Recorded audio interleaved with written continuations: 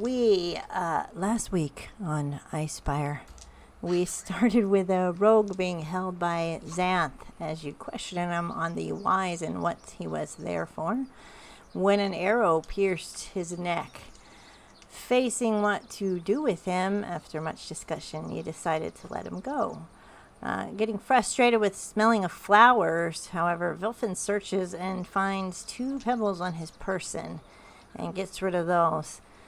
They follow the centaur to find the circle of standing stones and see some of the anchorites of Talos, along with these twig-like beings you've been seeing around hanging from the trees. But these were all dancing around an altar that they had made. Xanth suggested the element of surprise, and it seems to work with the storms masking you while you get a few hits in.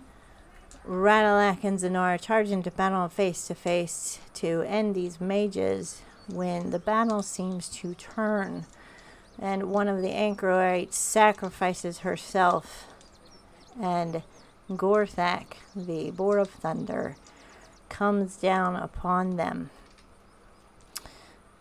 Radalak takes 7 attacks of opportunity. I feel that's worth noting, and survives. Also of note is the party's attempts to save their comrade Zenora, as well as hers, and Emus heals, and everyone's quick thinking. That was a good battle.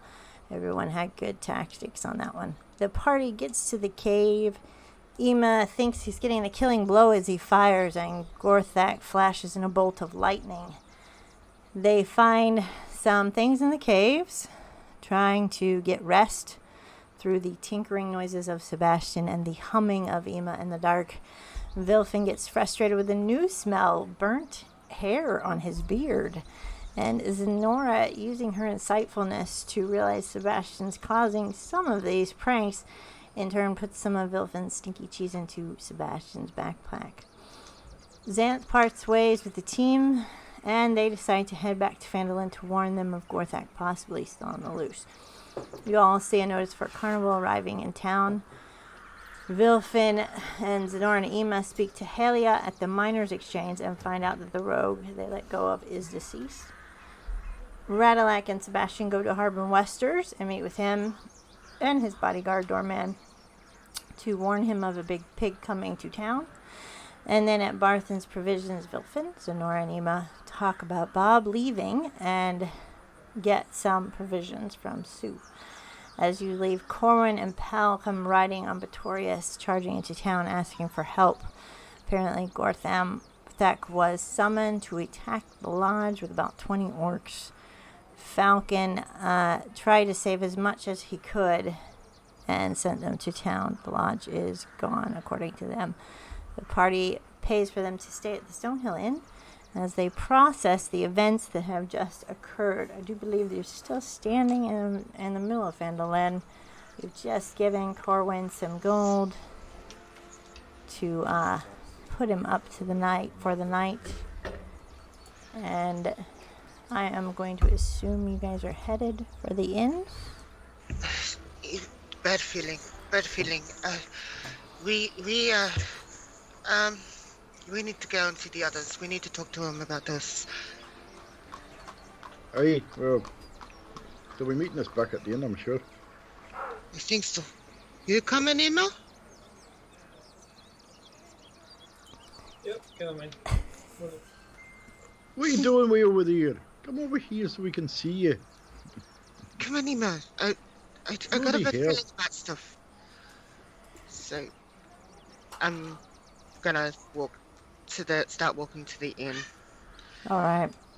And Radalak, Sebastian, after you visited Harbin Westers, were you just going straight to the inn? You'd probably be there ahead of time already. If so, you think? Yeah, go back to the inn. I don't think we've got anywhere else we need to go. Alright. Yeah. So as you guys head to the inn, you'll see it's kind of crowded tonight for some reason. Halia and some other person of hers are already there. You've got Toblin serving out drinks. You see at your table you guys like to sit at. I could switch to the map. That Radalak and Sebastian are already sitting down. So do you head over there and... Take a seat. Zenora is gonna go to the bar and go to Tobler and then go, I have an unusual request. Do you have any bad wine? Just not good wine. I'll give you some silver or gold for it if I need to, but not good wine that you wouldn't sell to anyone. Well, I got this wine. The cork was kind of stuffed on it, so it's probably gone stale. If you want kind of flat, if you want that one. Yeah, that'd be great. You can just take it. I don't really need to. I don't want to charge you for bad wine. Yeah, that would ruin my reputation. Oh, no. I wanted bad wine. That's the thing. Oh. Okay. And I'll give him a silver to say thank you. So. Alright, he passes you the bottle, so you have one bad wine. And he hands you a spare cork, because it's, the cork was stuffed, so you can put it in your pack. Yeah. I'll cork it first and then put it in my pack. Make sure it's secure. Considering what goes on in this party's bags, I just want to make sure. So that's no fun. Starts smelling like booze. Yeah. And then she's going to go and sit down at the table and go, not good. So you get there and Radalac's like, Sebastian, try some of my pipe weed. It's a bit different from what you're smoking. Keep you sharp like me,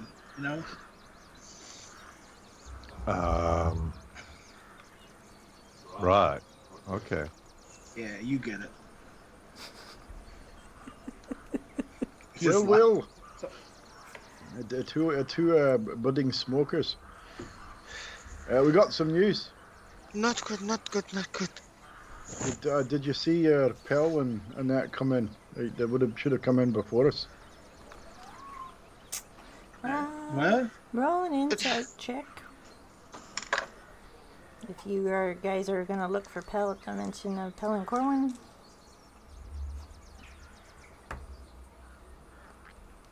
Nobody? Okay. You guys...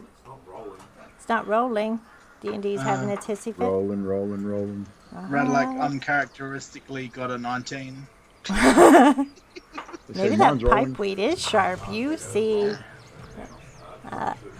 And if you needed me as well, so that was insight, that would have been a 24. So you guys see Corwin's at the bar, kind of rubbing his kind of balding head, talking with Toblin, just calming down. Pell's not there, but he could be upstairs. He sees a kid, gone to sleep already. Zenora when she would have been at the bar, probably would have seen him and started saying, "Come, you need to tell us what's going on. This is not good. And Zenora's visibly agitated, not sure whether anyone really knows what she's agitated about, though. Alright, so are you motioning Corwin to sit with you guys? I'm getting called to sit with us. So yeah, I imagine you'll sit at this six-seater here, and he goes and takes his bottle and sits down with you. He looks visibly kind of just exhausted, that stress exhaustion. Halia and her friend they start to move over and sit. I'm pointing at the OBS. You guys are here, so they start to move over and sit. She's here. He's here. Is Vilf? Where are you guys sitting? Probably Vilfin's maybe over there or something. Wherever we can sit. Just whatever. Yeah. Do you guys talk to? You're sitting right in the middle. All right. So what happened? What happened exactly? You said orcs. They came, fire. Patting on the ass. What's going on? I told him that killing the orcs and putting their heads up would eventually catch up to him, and they were very angry. And then all of a sudden, it started getting thunderous out of nowhere. And it sounded like the trees themselves are falling down. And this boar, no one's going to believe me, but this boar comes right through the barricade. And about we believe you, don't you worry. 20 orcs. It was amazing. There was just no way. Emma, you said you killed it. we kind of I survived. blew that thing away with a standard arrow. It wasn't even exploded. Funnily enough, it ran over and fucked up Falcon's house. Yeah, there wasn't really time to get anything. Poor Pell, like some of the puppies. I don't want to break it to them, but we got that one, and then the house, because of the torches and everything, just started to go lighting up like crazy. So I imagine he knows we're coming here, so he'll be here. He should be right. He's a very capable man. So there's no point going to the lodge. No, it's gone. He wouldn't even be there once we got there. We best wait here and see if he makes it here overnight. If not, then we go look in the morning. Well, that poses another concern. Sue, she mentioned the carnival animals, exotic animals. Radulek and I, we would be considered exotic. They But don't you're know. not an animal. You're a humanoid. That does not matter. But you got to think who in our group wasn't once. All right. Oh crap. Yeah, the giraffe. Yeah, that. The giraffe. What? Do we know if there's any of those at the carnival though? No, they're coming tomorrow. So said they're coming in tomorrow. I thought We can go have a look. If there is one, we can set it free. I thought giraffes were mythical, like unicorns. No one's hardly ever heard of them, but like. I know, but I didn't think they apparently, existed. Ema here used to know one. Like even Right, well, druids can't change into them. It's like that rare. Druids, Zenora, you need a drink. You need to calm down. not drink. I drink, I go fireball. Don't want to do that. You don't As want. long as it's not pointed at me, I'm quite okay with that. To be honest, you shoot over there, it'll be fine. But we've got to remember that when we were at the manse, there were animals in cages, deers, mice. And these iron cages, what happens if Talos decides that he's going to do something to these animals? What if one of them is one of Ema's family? What if it is someone that we know? What if it's a druid? Lots of what ifs here. We don't know anything. I just- We have to wait and see what's there. I have a bad feeling, Wilfin. I don't like this. I don't. Well, no point worrying about it now. We can check it tomorrow when they get in. We definitely want to check it out for sure. You It's in hear? order. You hear behind you. Oh, But you don't What? see. You see Halia, and she's sitting there acting like she's talking to her friend, and she's like, "Don't turn Got something to around. say. Don't turn around and act like you're just talking amongst yourselves. You wanted to know if anyone suspicious came in, right? Yes. You still interested in that?" Right. And Give she's your money to get that. Yes. she's talking right to her friend and not really to you. And she said, "There's a man that stopped in today, and that we found out his name was Dobin Noreth.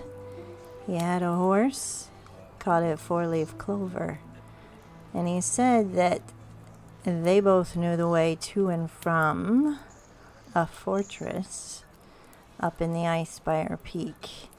He came into town asking us where he could find some supplies, and there was something shady about him. So I directed him to Bob Barthen's place. He told me they're about to take on a dragon's horde. So I had one of my recruits, as a lesson, pinch his map from his saddlebags." And she kind of coughs and drops the piece of paper on the ground. So Laura's gonna put her foot and slowly slide it over. Might be to Cryovain. So you guys paid me for information, and I thought I'd pass it on. Thank you. And then And yeah, she it's just keeps, still under my foot. yeah, she just keeps Wilfred will drinking. get up. Yeah, Wilfred will get up at this point and stumble in her direction and drop a couple of gold coins on the table and just carry on and walk up to Toblin and grab a jug of mead Yeah, and a tankard. yep. Oops, sorry. Haley slaps her Filthy friend me. on the back, and they get up and go upstairs casually. So, And I'm gonna keep my foot, just my foot on the piece of paper. So it's there. I don't know whether anyone saw me slide it over. Dobbin, where's Pal? Where's Pal? And she's gonna visibly flinch. And the puppy. I sent him upstairs to bed because he is just. I sign to him usually, and he lost Zadriel, and now he thinks he's lost Falcon. It's like a second family gone. He's just upset. So I kept telling him that Falcon's gonna be back. So Falcon, he's what, a tracker? Ranger? What yeah, can he he's do? a ranger. So He's a hunter. He'll be fine. He killed so many He oaks. will lose him in the forest. He'll be fine. he's smart enough not to take on all 20. He'll regroup. He's not me. I certainly hope you'll be smart enough to take on 20. Knowing Falcon, he's probably led them away from Phandalin so he can retract back. You know. I'm going to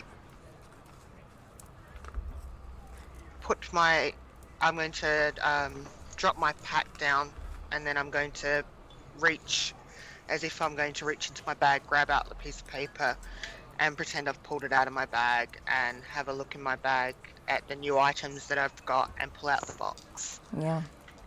Emma, Ema's chewing on clovers. Emma, you and me, we have something we need to do together.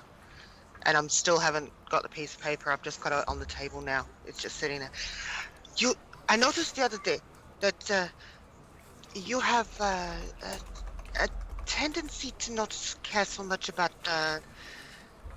quench, goat, and I noticed it was mixed in with your grass. I'd hate for your grass to get tainted. So, and she slides this tiny little thing to him. Here, open. Even will open the box. What will we even see? You'll see a coin pouch, so it's only got enough. It's only big enough to be able to put coin in. Say, there's not enough room for grass. That way you can keep the coin out of your grass. The coin, it's metal. It makes grass taste funky, weird. What's in the box? If you separate it and have your coinage in there, it's not going to get entangled in the grass, and you don't have to pull out these gold pieces for your grass. Okay. So I'm going to say, God, we'll sort it out if you like. Okay, we sort it out. The place is kind of crowded, right? Just out of A question. little bit, yeah. So if Emma pours out a bag full of grass and money directly into the table. Okay, Emma's going to pour her bag onto the table. Do whatever Emma would do, man. I mean, you got a guy splitting up pipe weed and passing it, so it's just another weed on the table. You got a dwarf guzzling from a jug of mead right now. Mm-hmm. So Zonora's going to start putting the coins in the coin pouch for Emma. So you put this in here and this way, and then she'll put the grass in the pack, like in the backpack. See, that way you don't have like tainted grass. You don't want tainted grass. You don't want to be like them and have to smoke it.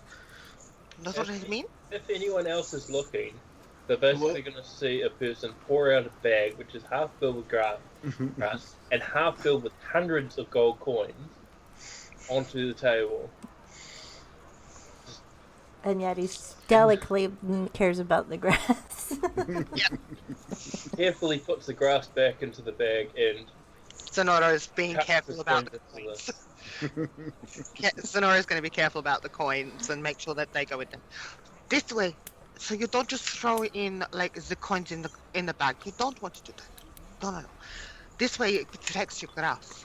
Sonora's being very specific about saying it protects the grass. Emma will be like, yeah, thank you. I'm going to protect the grass. Yeah.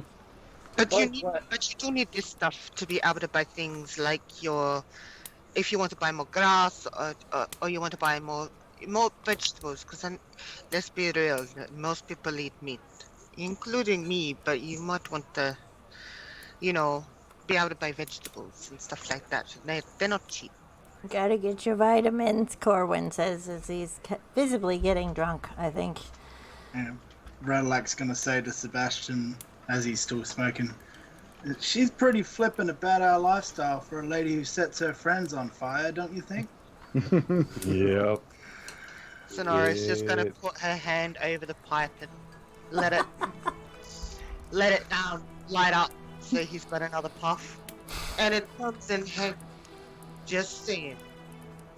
And then I'll Once the coins in the pouch and the grass is safely back in the bag, Emma will say, "Oh, by the way, I also got this gold, and I can't remember where I got it from, but it was 20 gold from somewhere.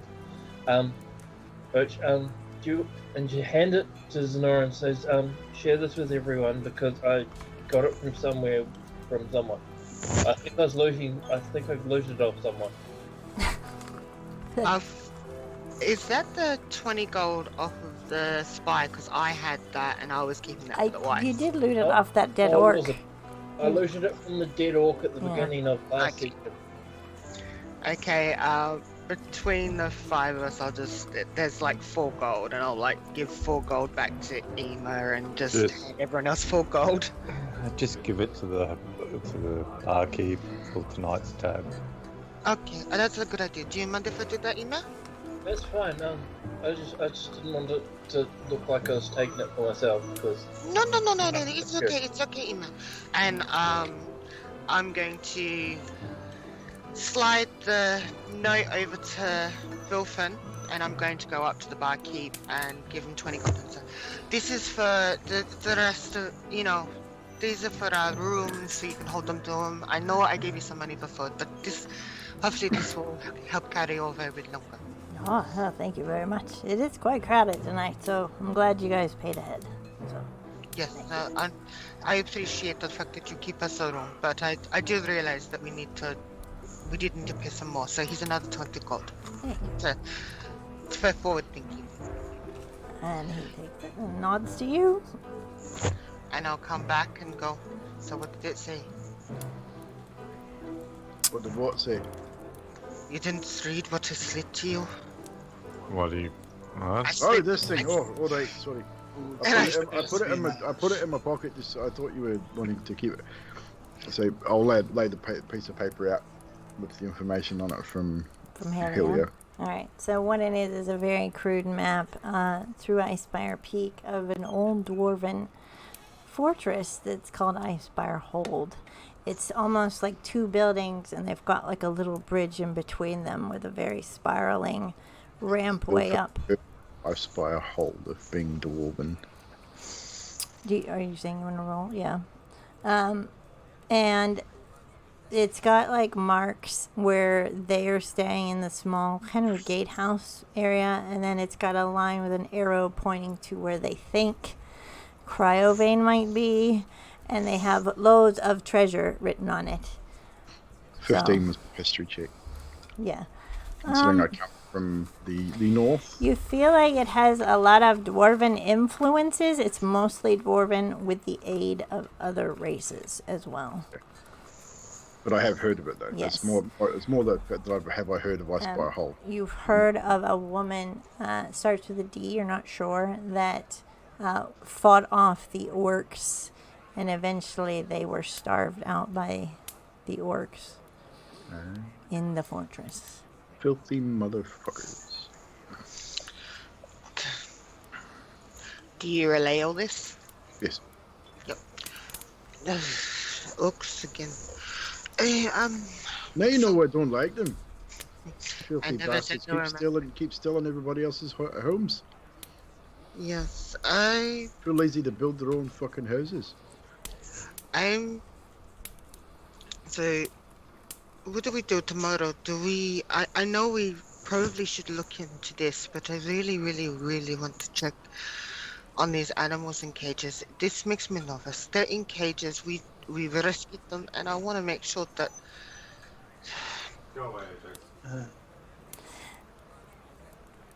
Just then, I'm all for it. I mean, I'm pretty sure Falcon will get here when he gets here. the door slams open, and a very weary, very bloodied, almost unrecognizable Falcon is leaning on the door, and he kind of slides down and falls at the same time. Sonora, does she see it? I'm pretty sure the door slams open, so you probably all hear the loud slamming. Speaking of devil. Tom. To- And put our arm under him. Toblin runs over Ratalac with will water. grab it too. Yeah, so Yeah. he's, Get him over here. Give him a drink in him. yeah. And Sonora is going to do cure wounds at cure wounds at 3rd level on Okay. him, just so he can be. You see his arms start to kind of set out of a weird way it was sitting. And he starts to look a little better. And he kind of drinks the water. But he hasn't said anything. He's just his eyes very swollen. 17 points of healing damage, so he's kind of a bit more. All right. 17. And, Let's take a look at that shoulder for you. Looks like you might have dislocated it. yeah. Give me a second here. Give us your hand. And he kind of raises it. Go Corwin's from grab excited. him and just. I'll count to 3. 1, and just crack. Just give it a tug. And he's just kind of winces a little, and he asks Corwin kind of for the bottle of wine and And drinks a bunch. Toblin bring water and a cloth. Yeah. Can we? Yeah. So I'm gonna start wiping Danny's face, making I'll sure ask that. for a bottle of whiskey. So. Need something a wee bit stronger here, I think. Dublin, give me a bottle of whiskey, please. You okay, Falcon? A 1. And he kind of doesn't have his eyes open, but he's like, there's still more. I haven't, but I got him away from here.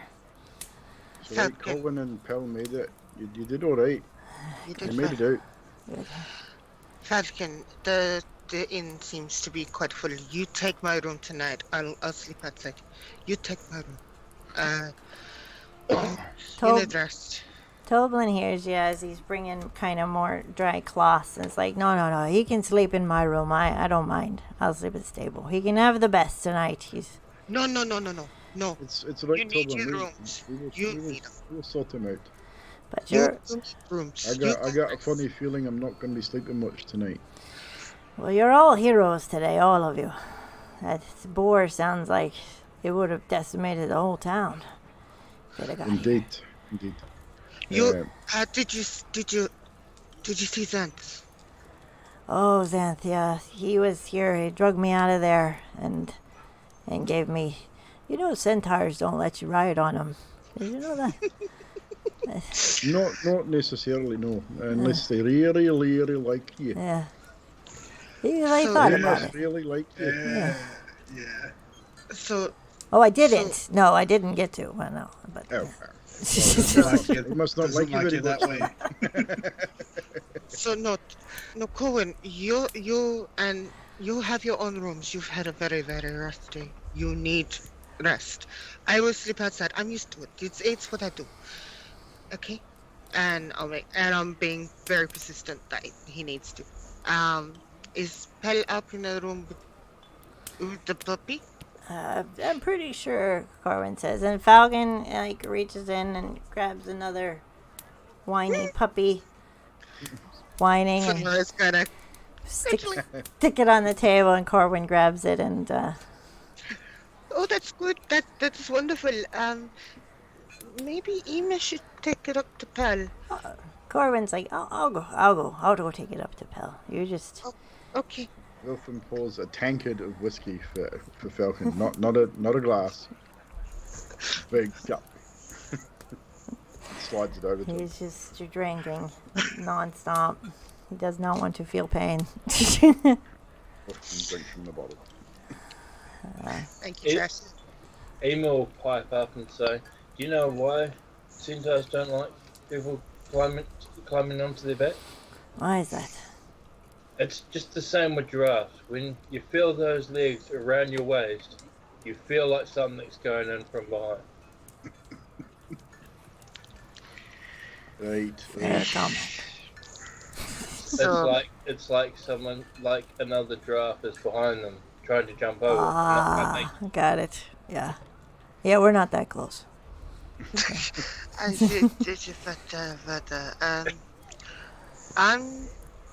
going to say to the group, so have any of you ever seen a giraffe? Other than Ema, Oh, what? a Yeah. giraffe. A yes, giraffe, apparently. Nope. I've never seen one. Only what Emma has told us that they look like. And the Okay, picture I have in my head is not very flattering, I tell you. okay. I have an idea. I'm going to be sleeping outside. Wilfin, come with me. Are you going to be okay without me? I don't know if I like where this is going. Come on. And I kind of heard them all out. To the outside in the area. You guys follow. Wearily, but yes, it's like, hey, I'm a little concerned, to be frank. But okay, Does everyone I'll follow? take my bottle of whiskey with me. Yeah, I'll have that. But I'd like, you want to take a swig of this? I think this is going to be interesting. Yeah, and he probably takes a bit more than he expected. Guys, go outside. Okay. So Zenora goes outside. She goes, now you stay here. Just stay there. Don't move, Wilfin. Don't do any fancy jumping. Don't go into moving it forward. Don't go do any fancy movements. Just stay there. Don't move. Good? Right. Okay. And she takes a deep breath and, you know, does the whole thing and puts out her hand. And now she's easily a number of feet away from them all. Yep. And she's going to cast Fire Spirit. All right. And you'll see this spirit just Fire!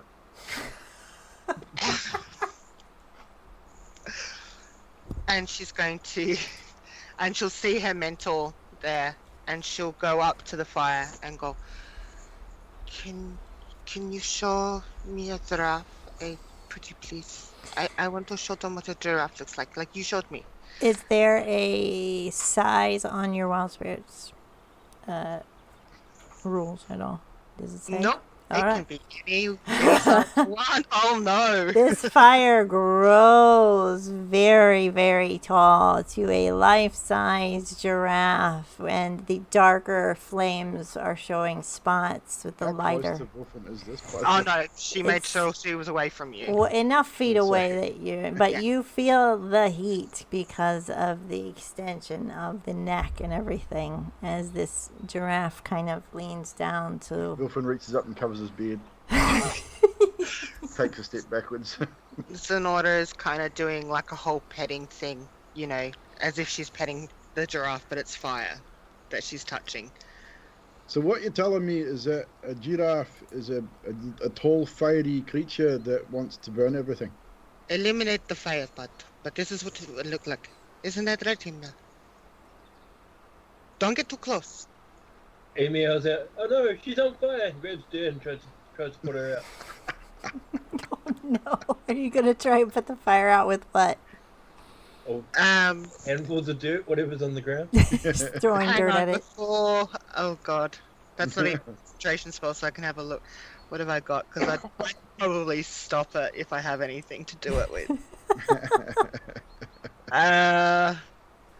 I'm going to do plant growth right in front of Ema, so it drops in front. So there's going to be a whole heap of lovely flowers and animals and all that kind of stuff. So you look like you've got a good feast in front of you. Fire, food. Burning giraffe food. Burning giraffe food. It's not a giraffe. It's just an image of a giraffe. But this is what they look like, isn't it, Emma?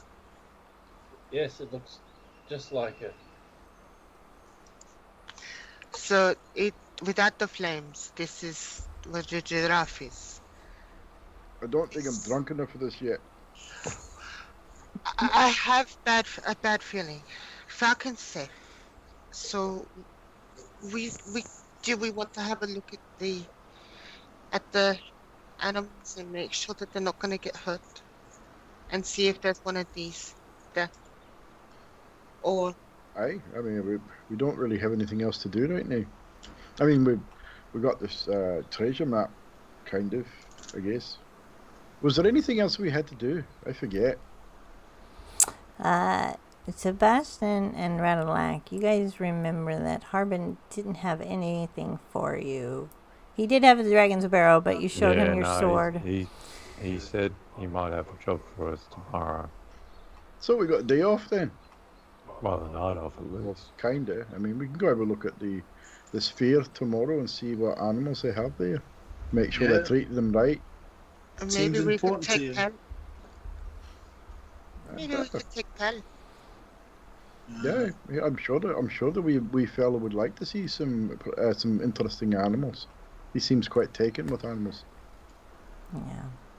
So, okay. Do you really? Emma's trying to move forward to cast Beatific Mist on it, but it's a touch spell. Whenever he gets close, he gets too hot. Ow! Psst, ow! Sonora seeing this will go and just go up, have it change into just her mentor again. I'm sorry. I'm sorry. He doesn't understand. He nods He at thinks you. it's his wife. But thank you so much. It's been concerning me that this has been going on. Thank you. I appreciate it. And she'll let the fire spirit go. Yeah. Like, It raises a hand in goodbye as it flits away. And if you guys go back in, you will notice that Toglin has an arm under Falcon and Corwin, and they're helping him up to a bed. So, please take him to my room. all And right. I'll sleep outside. Take him to my room. And then They- nod. And then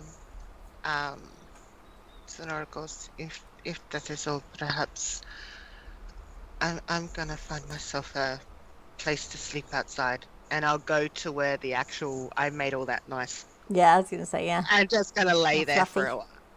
Yeah, it's all fluffy and nice.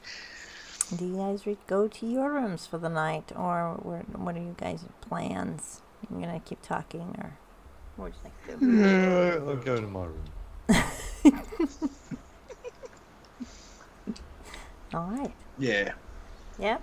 All right. Emma will stow the pouch of gold below the grass, making sure to not hit the grass, and he'll sleep outside. All right. Corwin, you hear the sounds of people like drinking through the night, and then it eventually, as usual, settles down. And morning comes. You guys didn't drink too much. I don't think you guys No, didn't we'll find say. You're gonna roll a con save if you did. So, If you feel you did. Sonora didn't He's drink okay. at all. 19. Okay. You get up and you do your regular ritual. Do you wake Yep. Sonora?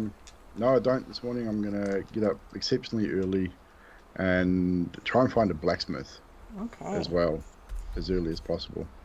There is a smithy in the town.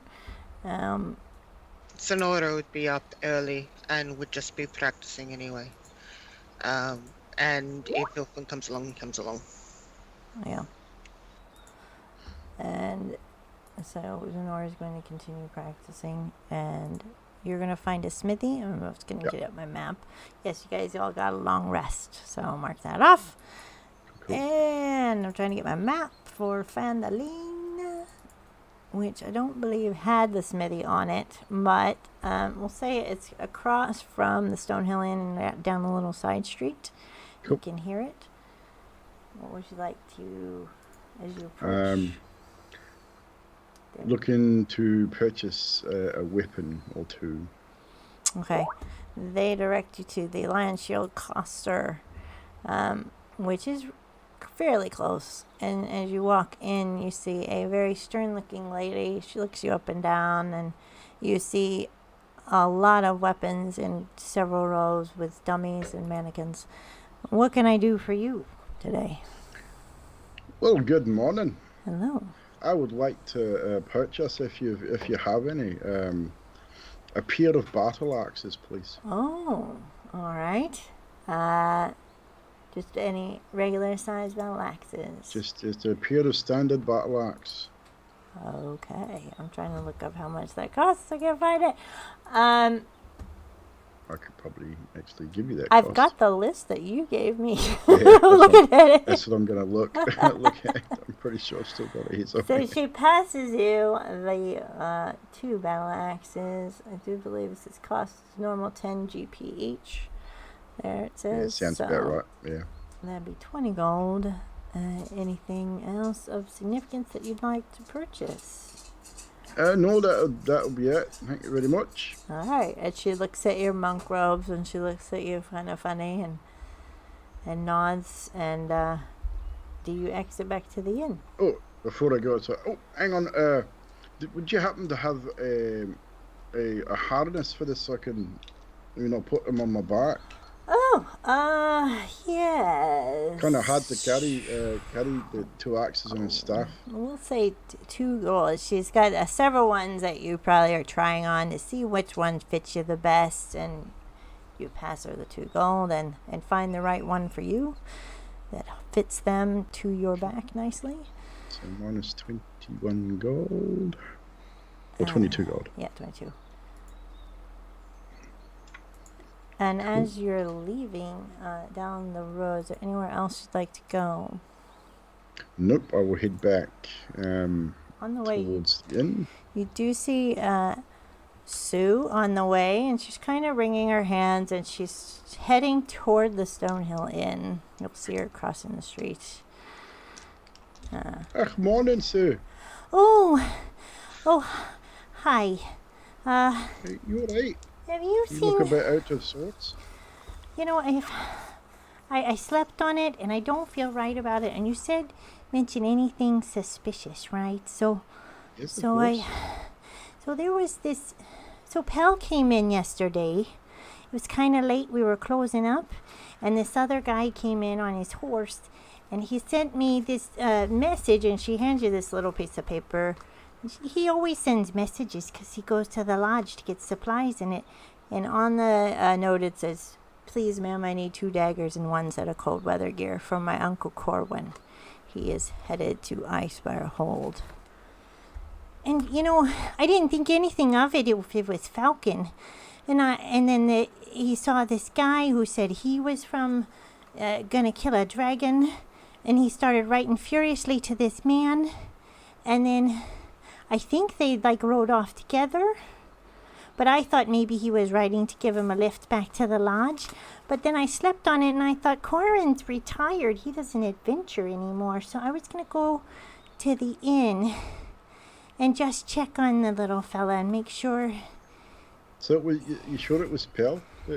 Yeah, Pell, he's here every week. There's only one Pell. He can't talk.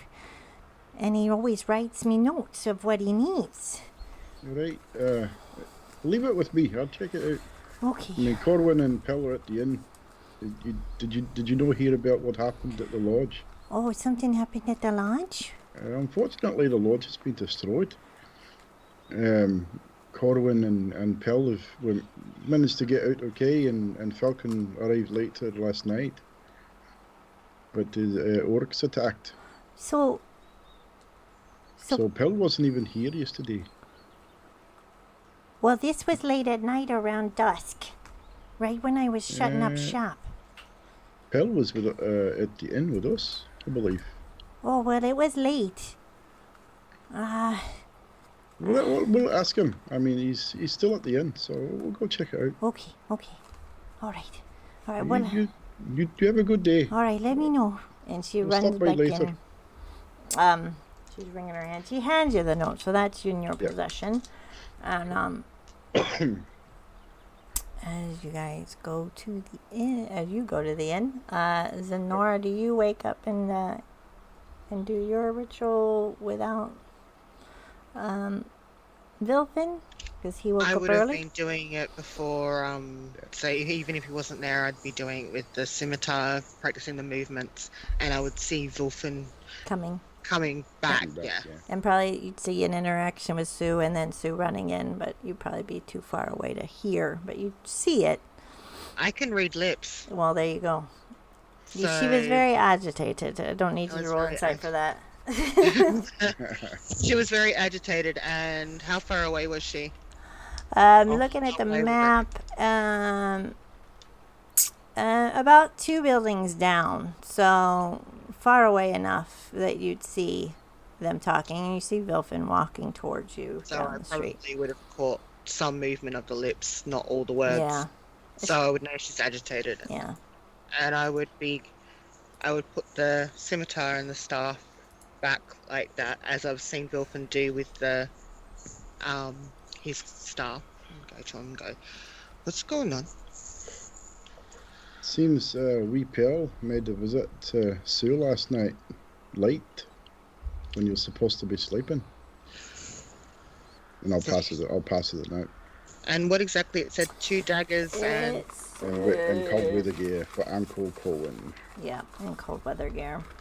He is headed to icespire hold. Icespire hold.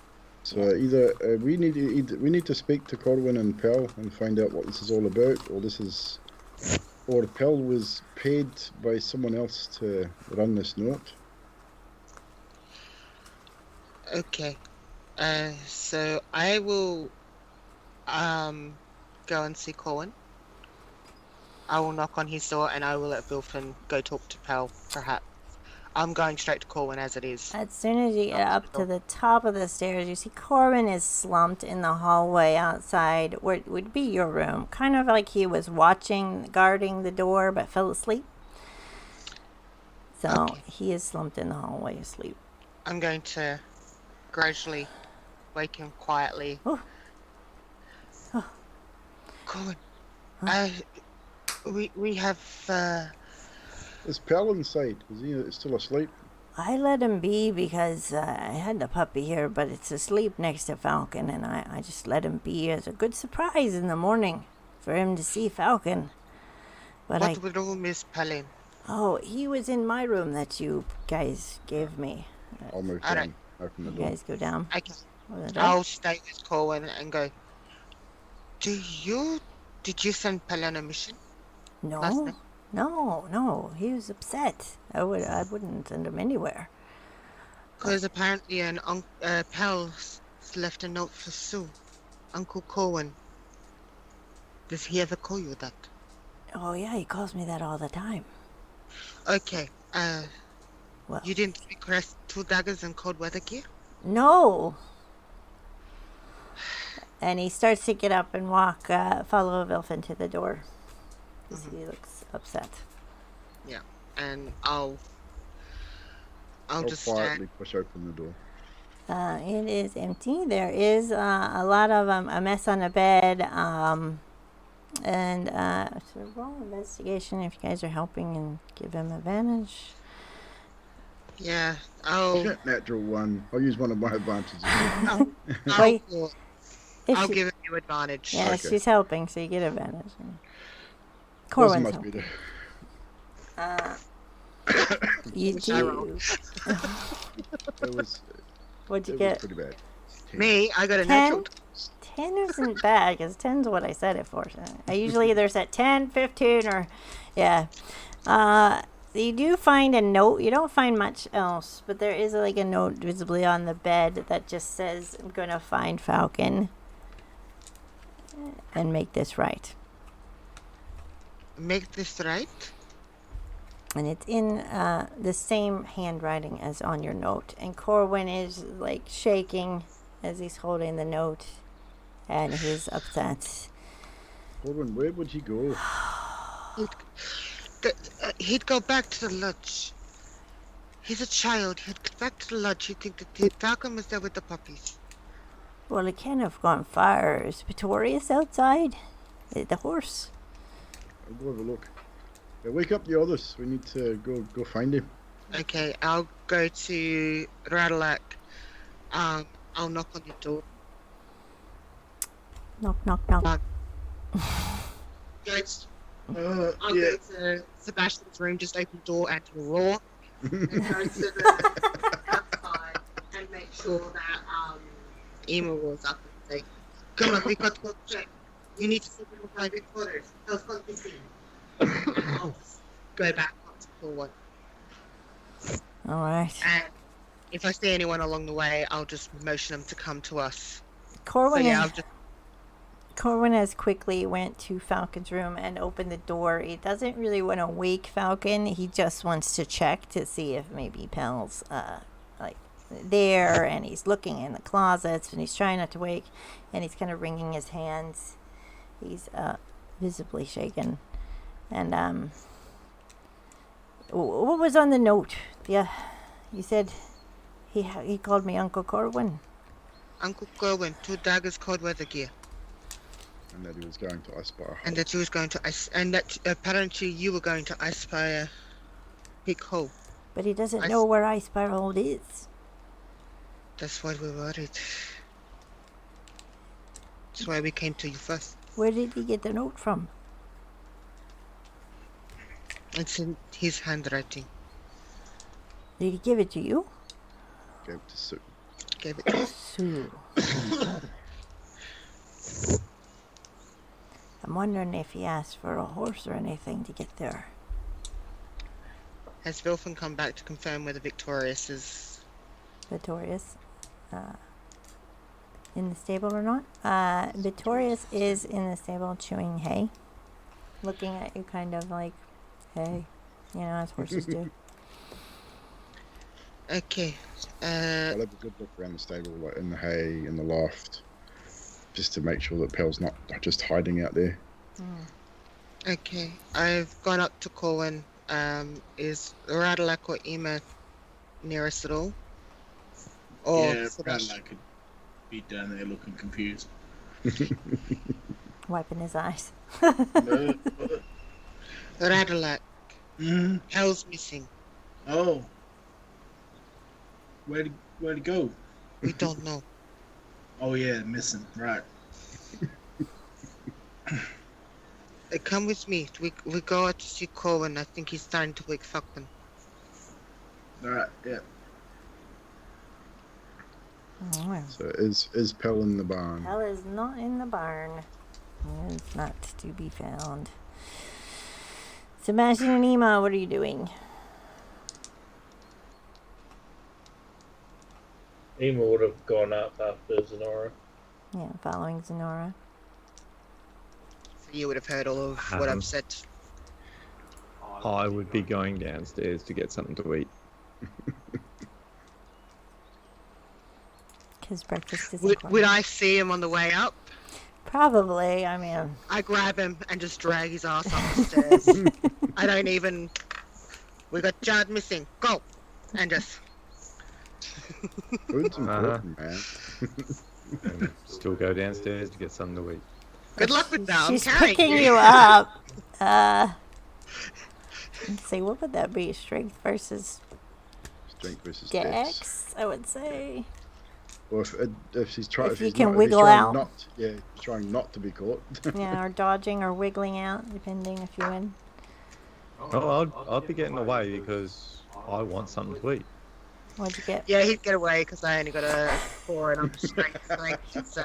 You try to grab him. Child's missing, and he kind of wiggles away and goes down the stairs. Radalak's like, I got some pocket check.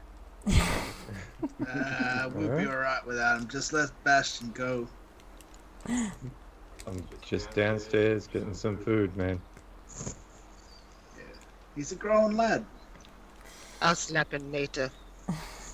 Ilfin, you return upstairs with them once you find out the stables are empty. I'll probably return to the inn and just wait for them to come back down. All right. Corwin kind of rustles Falcon awake. He's a lot more black and bluer. Eyes still swollen shut, but he looks a little better. And Corwin says, Falcon, I think, don't be upset, but I think Pell might have gone looking for you. And Falcon kind of tries very hard to sit up quickly with effort and starts getting his boots on. And Corwin and him are kind of arguing on how Pell got away. Do you guys intervene? Excuse me. It doesn't matter how Pearl got away, guys. He's gone. We can't just... It's not... We need to find him. Falcon's grabbing his bow and his stuff. All right. You're going to be okay. I will make it. I think I know where Icespire might be. It's the biggest mountain. I just don't know where the hold is once we go up it. Give.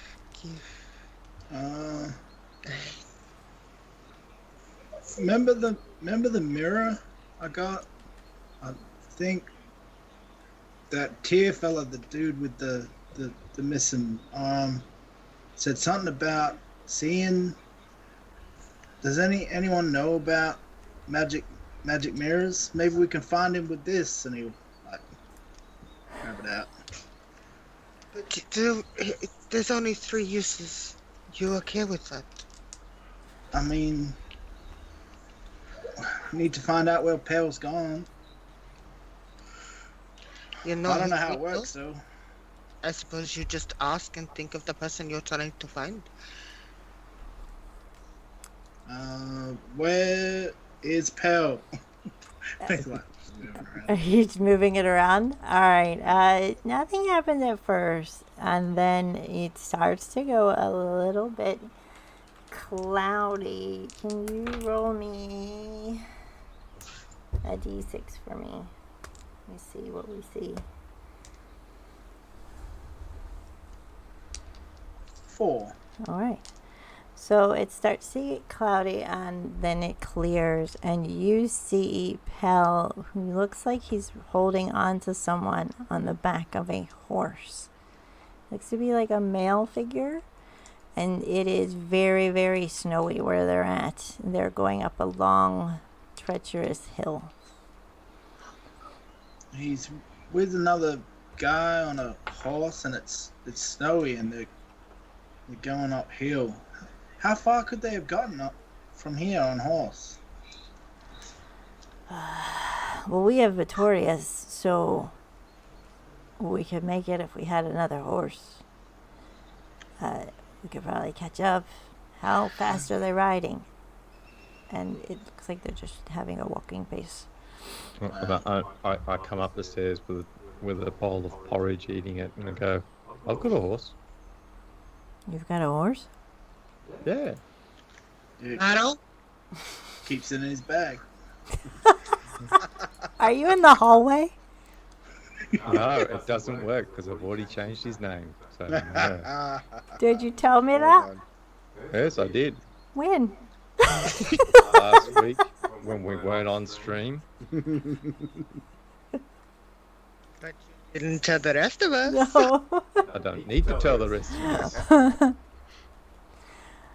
Oh, cool. Picture of the horse. That's cool.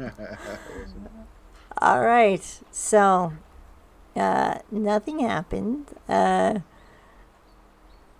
you have a horse, that makes 2. We could probably double up and get there. Corin's going to stay here just in case. Where are we going? Icespire. Sonora takes the bowl out and dumps it on Sebastian's face. She's pissed. Child, missing. Pal. Not missing. Going to the hole. Going to ice hole. That's not missing. I know where don't they are. know who this man is, and I don't we think have Pell maps, does. we know where we're going. Could Radalak tell if it was a man or something else? Like it was just a human man? You Or... heard like a male voice talking. Is what you heard. And I'm pretty sure we'll need 3 horses if we're going to double up. There are 6 of us. And let's be realistic. Me and Radalak are not exactly small, and I know someone else isn't a big fan of horses. If it's for Pearl, I'll get on a fucking horse. I said I didn't like them. I didn't say I couldn't ride one. I said you couldn't ride it. I just said you were not a fan of it. This is never I'm winter. not I a fan mean, of horses. do we They're know smelly any? and then they're just horses. Do we know any other creatures we could get on to get out there? Like would fit a minotaur on top of? Zenora is a druid. She can turn into things. Why doesn't she turn into something that can carry Radalak? That is a pretty good idea. Unfortunately, I don't think I can be something that big to be a Radalak. I'm not that skilled. How much do you weigh, Radalak? A lot. What about? Right. A draft horse would probably carry Radalak, I'm sure. What about Vincent? Oh, right. Oh. So we'll probably let us That's the go. cow, right? Vincent in the cart. I'm sure Sue would let us borrow him, especially if we're going after Pearl. We'll be right back. And Wilfred just Starts booking it. darting outside. Sonora's going to dart down to Joel and say, "Did you sleep or leave at all last night?" Dart down to Toblin. Toblin, yeah. All right. No, I don't. It was very busy though, so everyone was moving around fast. I mean, I know Corwin was talking to him, and they went upstairs, and the puppy. I don't remember him leaving. No, that's fine. And she's going to turn around and say to him, "Tell the others I'll be right back. I'm going down to Halia." Okay. And I'm going to go and talk to her. I will go to Sue first. So Vilfin rushes in. The bell rings as the door opens up, and Sue's like, "Well, so everything's okay?" Yes, and Oh, no. God. Oh shit. We need to use Vincent in the cart as soon as possible. Oh yeah. Okay. Pearl has gone missing. Apparently come to see you, and then he's left with a strange man heading north. It was that guy, wasn't it, that came in for supplies? I think so, yes. We're not sure. But we need to use Vincent so that we can follow and catch up. Okay, you're gonna need some cold weather gear if you're gonna, cause that's what he wanted. So, and she grabs a whole bunch and she says, "I feel so We're guilty." going to need some big stuff to fit Zenora and Radalak. I mean, they're kind of large. Oh, we take all kinds. So we plan for all kinds of adventures here. So I got this one, and then she hands like an XXXXL. So for minotaurs, and then something that has tails, so if tails can stick out. Got minotaurs and leotards. For leotards, and she gets you a bunch of oil for lamps, and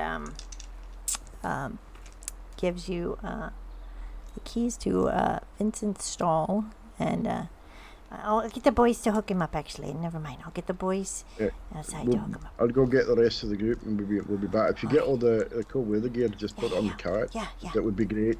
Okay. And I'll chuck a 10 gold anyway. So that's for you, love.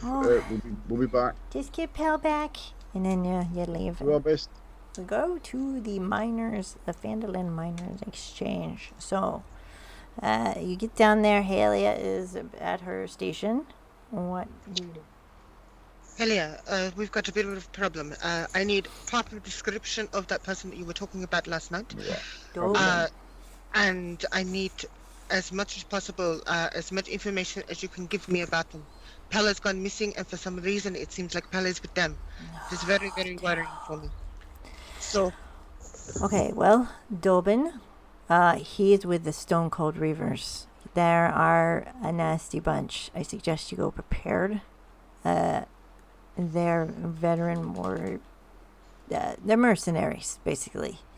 I don't remember how many there are, but he was coming for supplies. So they were anxious to get this dragon treasure. I don't know how they're going to do it. I don't think they're that equipped.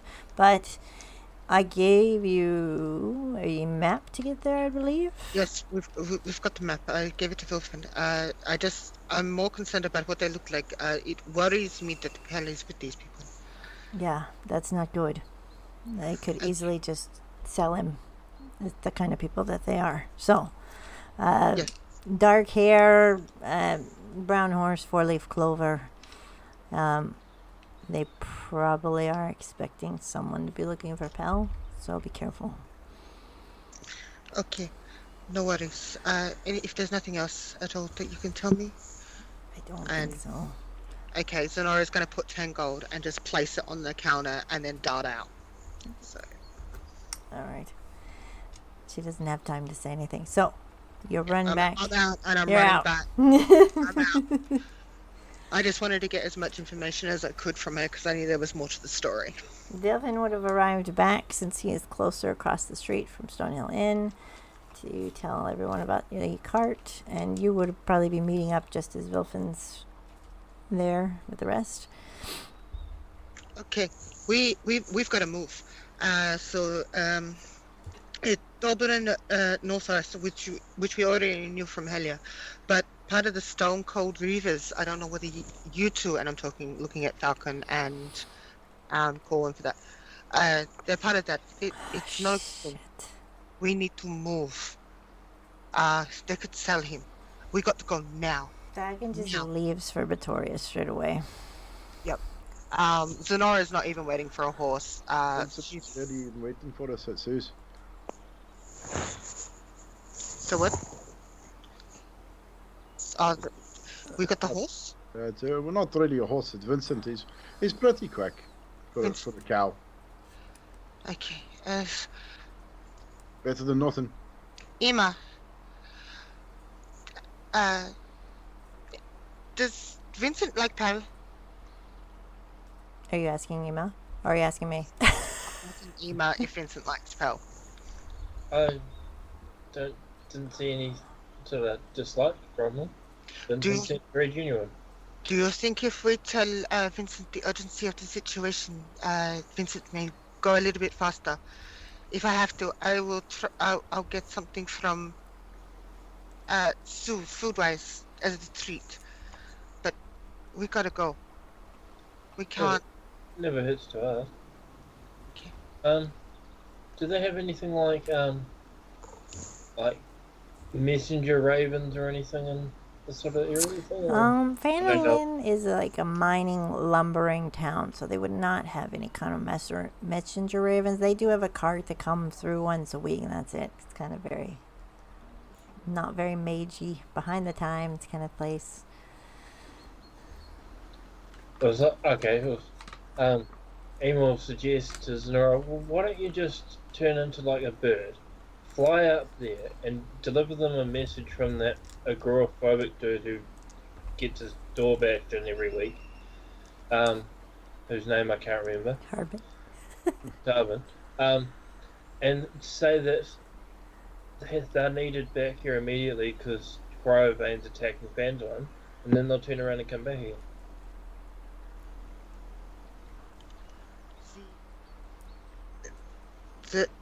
I'm confused. Well, if they're going to hunt a dragon, and we tell them that the dragon's back at Fandolin, they'll turn around and come back to Fandolin. I think they're more after the treasure than the dragon. Yeah. They're after the treasure and not the dragon. If the dragon's not there and attacking here, they'll carry on. They'll carry on. Thinking easy pickings for the treasure.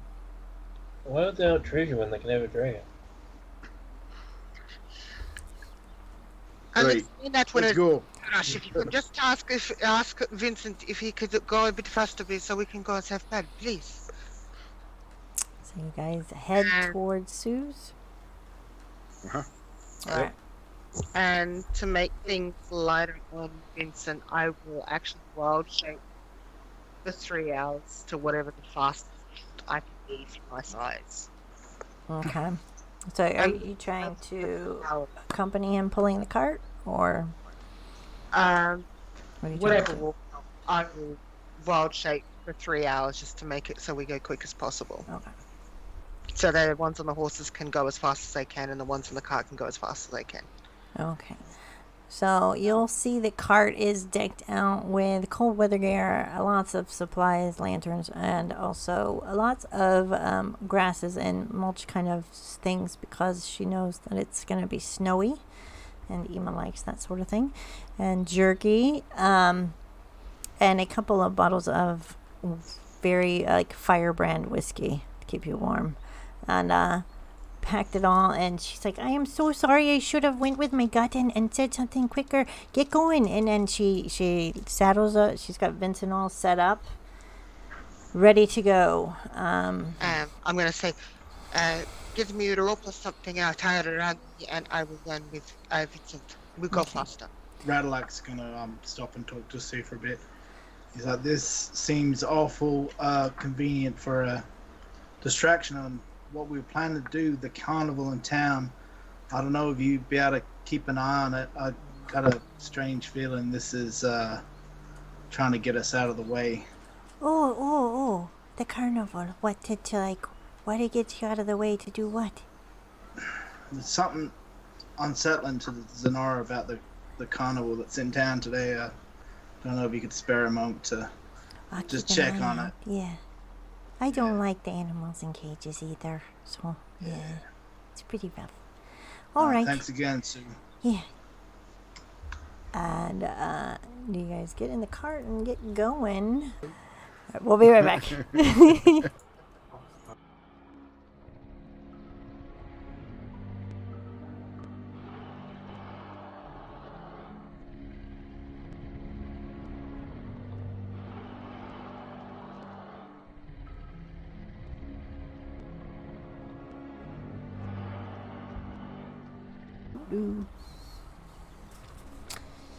We're coming back.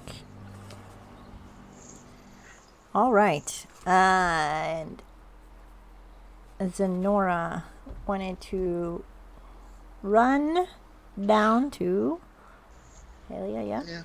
Yeah. So I've run down back to Helia and go, Helia, we're going to go and see if we can rescue Pearl, but I have a favor to ask. Could you do me a favor and go to the carnival and perhaps if there are any giraffes or animals of note, could you let them out and perhaps store them at the inn for us, and I'll drop another 15 gold for her. Just if you could perhaps acquire them and just make sure that they're at the way, please. You want me to store a rhinoceros at the Stonehill Inn? Maybe set that one free. I don't like the idea of animals being caged. It makes me uncomfortable. And with the whole thing with, you know what's going on with Telos. So you're not stupid. You know all about this stuff. You know all this stuff. And caged beasts, every time there's been a caged beast, there's been a big problem. But I have a funny feeling that there's more to it than that. And I'm pretty sure there's animals that should be rescued. So if you could pretty please find a way to store them until we come back, or let them go. Just get them out of the cages, please. How about I keep an eye on them until you get back? 'Cause I don't know where I put them, so maybe. If you could do that, so if we need to go and get them, we could rescue them. Okay, and I've dropped the 15 gold and I ran out forget. Stop giving me money. Okay, which is not for a rogue.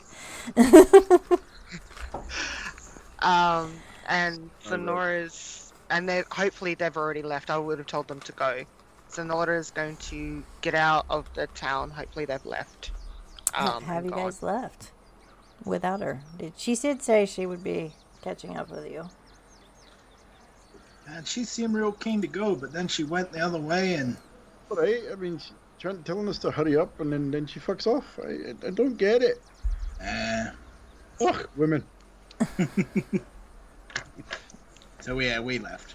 All right. Okay, as I get out of the town, I'm going to wild shape into a warhorse and gallop to catch up to him once, because I'm guessing the conversation was a bit longer than what actually happened. So you Definitely guys would. see a warhorse galloping with no rider up next to the wagon.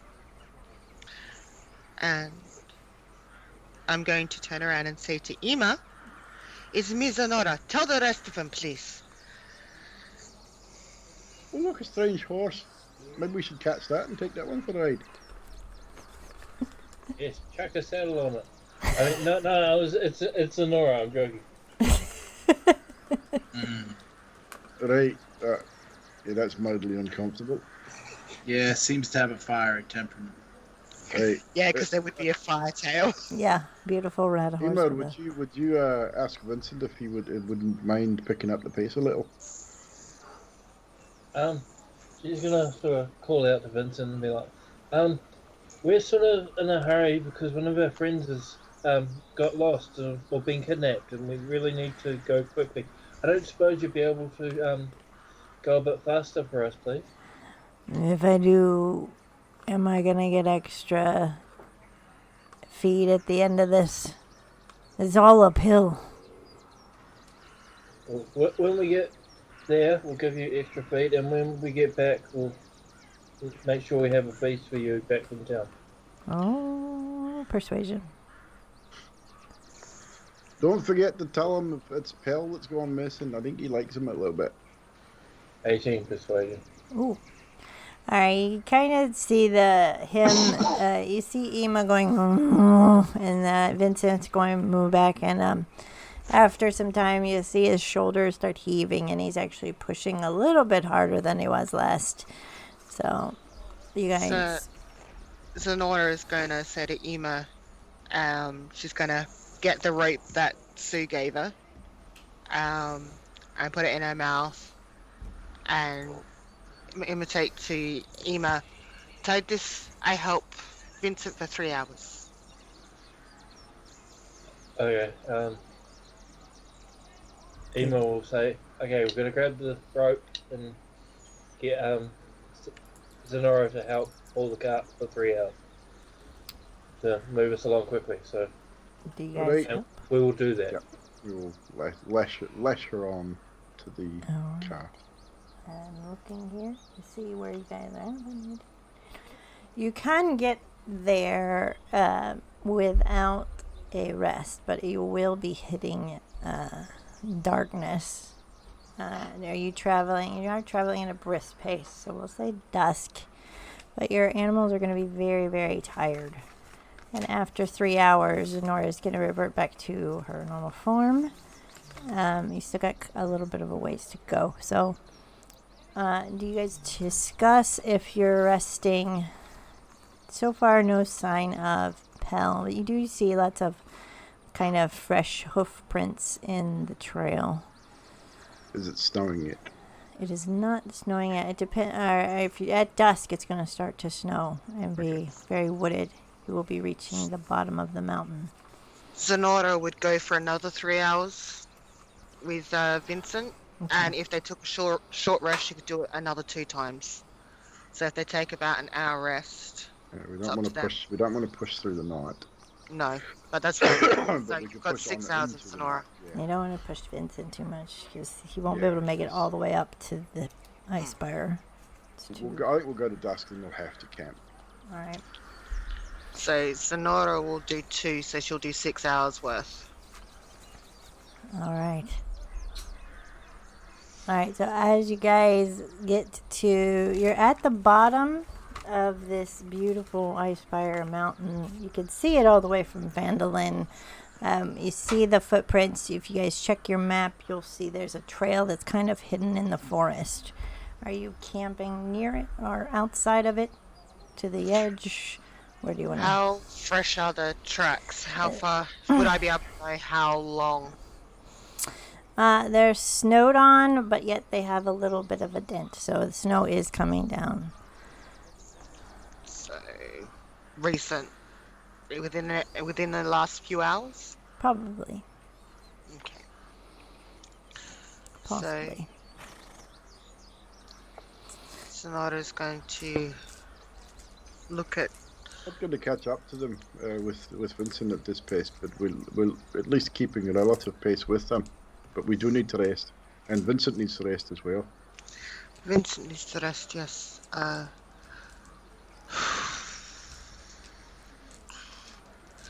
don't know. I don't like this. I don't. You don't have to like it. You don't really have a choice. Do you set up a camp? Yes. All I'll right. start sitting. Do you feel that you would be doing watches on this camp? See, I would be know. watching. 100%. I would be watching. Who would take? Let's go over our watches then, real quick. Who would take first, second, and third? I'll take final watching the sunrise as usual. All right. I'll take first. Yeah. Sonora will take the middle one. Yima, you taking watch? You're gonna sleep. Unless they want to hear me humming, I don't really like the dark that much. Which do you want to take a watch with, first, second, or third? Well, we got Sebastian Radlack on first, so you can go with Sonora. You could go with Bilfin. I'll just go second then. Okay, you can go with Sonora. All right. I'll go with the one that's constantly covering the fire. Keep warm. You guys, it's pretty chilly. It's up to you if you got your cold weather gear. Start to get it on to sleep in, or if you. Sue's packed some bedrolls for you too, if you got extra. Just not. Sonora will put on the cold weather gear when she starts her second watch. Okay. So Sebastian, go ahead, Ema. As we get off the mount, Ema will make sure that the ox is well fed. Actually, Vincent is well fed. Sonora will do her trick with the plant life in front of Vincent and say, feed, and she'll use the third level of plant. All right. You can see the steam coming off the nostrils of Vincent and Vittorius, because Falcon is there. He's going to agree to take watch with Vilfin on the end. And So, you guys set up your fires and get yourselves ready. Anything you want to discuss before we take first watch? so before we go, plant growth will be in front of the animals, the two live animals. Just saying, the non-marrow one. The not marrow. Yep. No. So she'll have that there for them to have extra feed, as was promised by Ema. All right.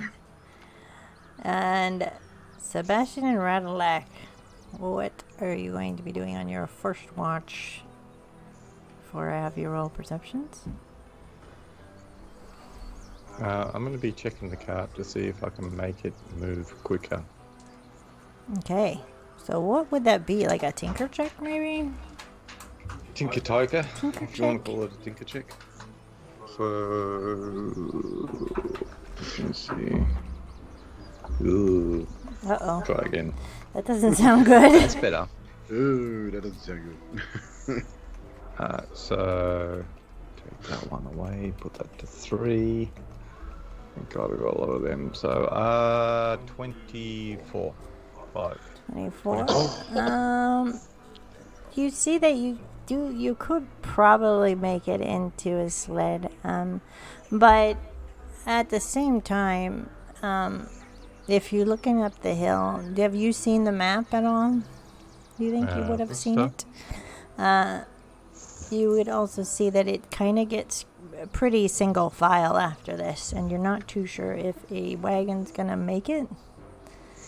You might have to park Vincent at the bottom to make your way up So, like, into leave the him here and fortress. keep on moving ourselves.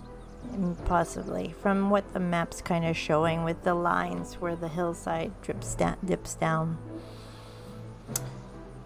So, Like here, or is it like further up? you're right at the foot of the mountain, so Okay. probably I'd not say- going to be too much I'd say further. to Radlac, well, it looks like we can't use the cart for much longer. Yeah. Which is a problem. I wonder how much further ahead of us they are if they started out on foot before the night ended. Well, apparently they had a horse, didn't they? You reckon a horse will make it through that? I don't know. Maybe. No, the cart won't. But Yeah. we'll find out tomorrow when we get there. So True. we'll see what happens when it happens. You want our perception checks? Yes, please. Yay! It's my favorite roll. I got a 2. Ooh. I got a 15. It's very cold, Sebastian. Your skunkweed's kind of starting to freeze over, so you're not really worrying about anything. But doesn't freeze over.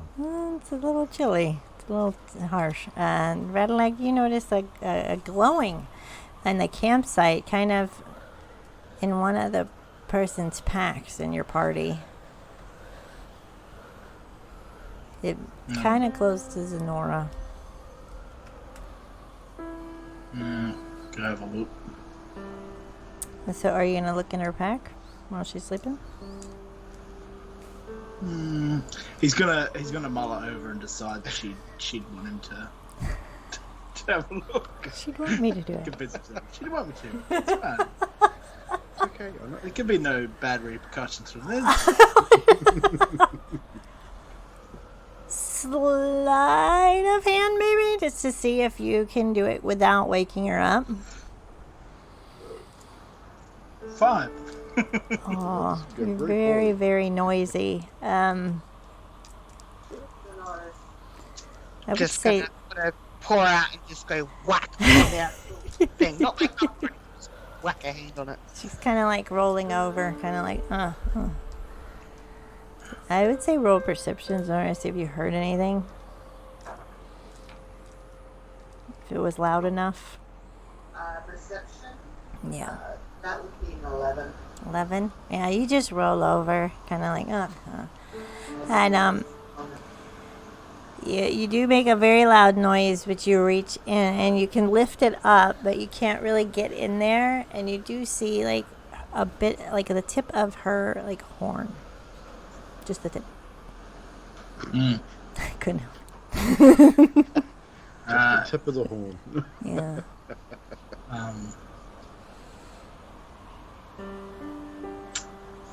Well, I don't understand how this works, so probably just let Zenora know when she wakes up. I'll tell Sebastian, see what Sebastian thinks. He's a clever fella. Yeah. Zenora's horn is glowing. Just a tip. The what? What? The horn that she got from the guard fella with the mangled bit. You know the dude. Tell us. No, not that guy. Tia? Tia. Ah, Yeah, real serious fella.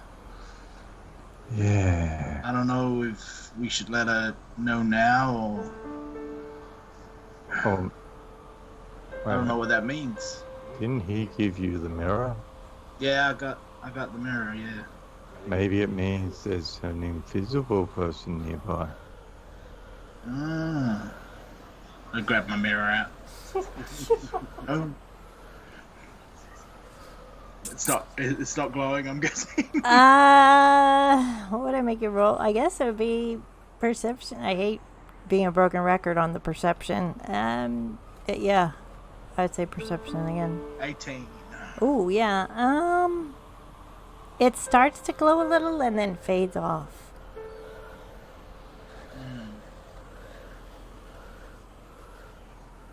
Something invisible or something magical or...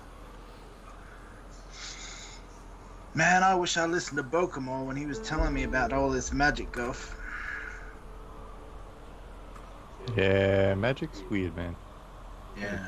Sure. Yeah, it's I weird. like hitting things real hard. That seems to do the trick. Yeah, that works for you. Yeah, it's like my thing. Yeah, that's your thing. But So, wait a minute. Oh, maybe it's the dragon. Ugh. Maybe the dragon's getting close. Well, I don't know. Who's taking second watch? Zenora. Lenora I'll just Nima. tell her when we wake her up then. Yeah. Other than that, I haven't seen anything. You seen anything? No, I've seen nothing. Yeah. Just sit down and light a smoke. Light a pipe.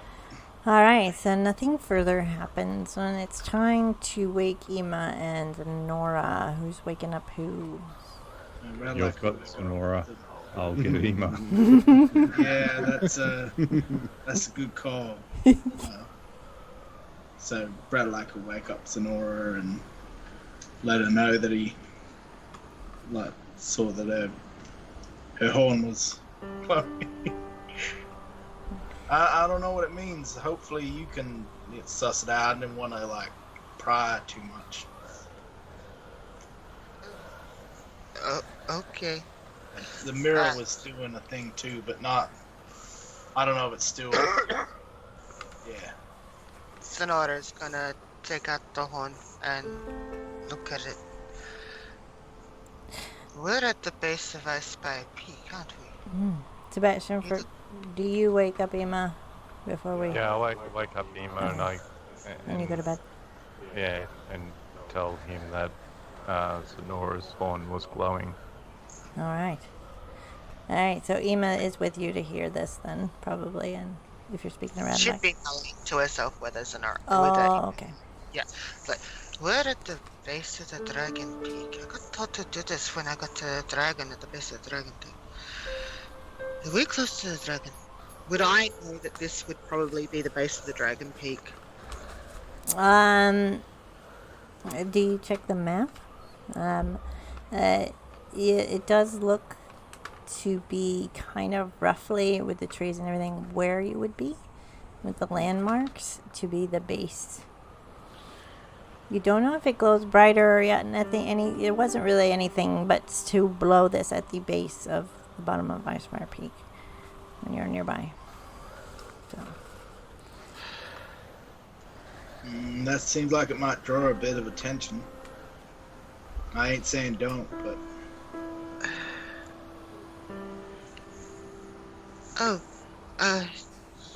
Yeah. Do you remember what he said? You know that he said that I had to do it at the base of the mountain, right? Man, I barely remember that dude's name a minute ago. Does Radalac still have the mirror out? Yeah. Am I seeing it glow at all? It glowed for him and then faded, so it hasn't resurfaced yet or anything.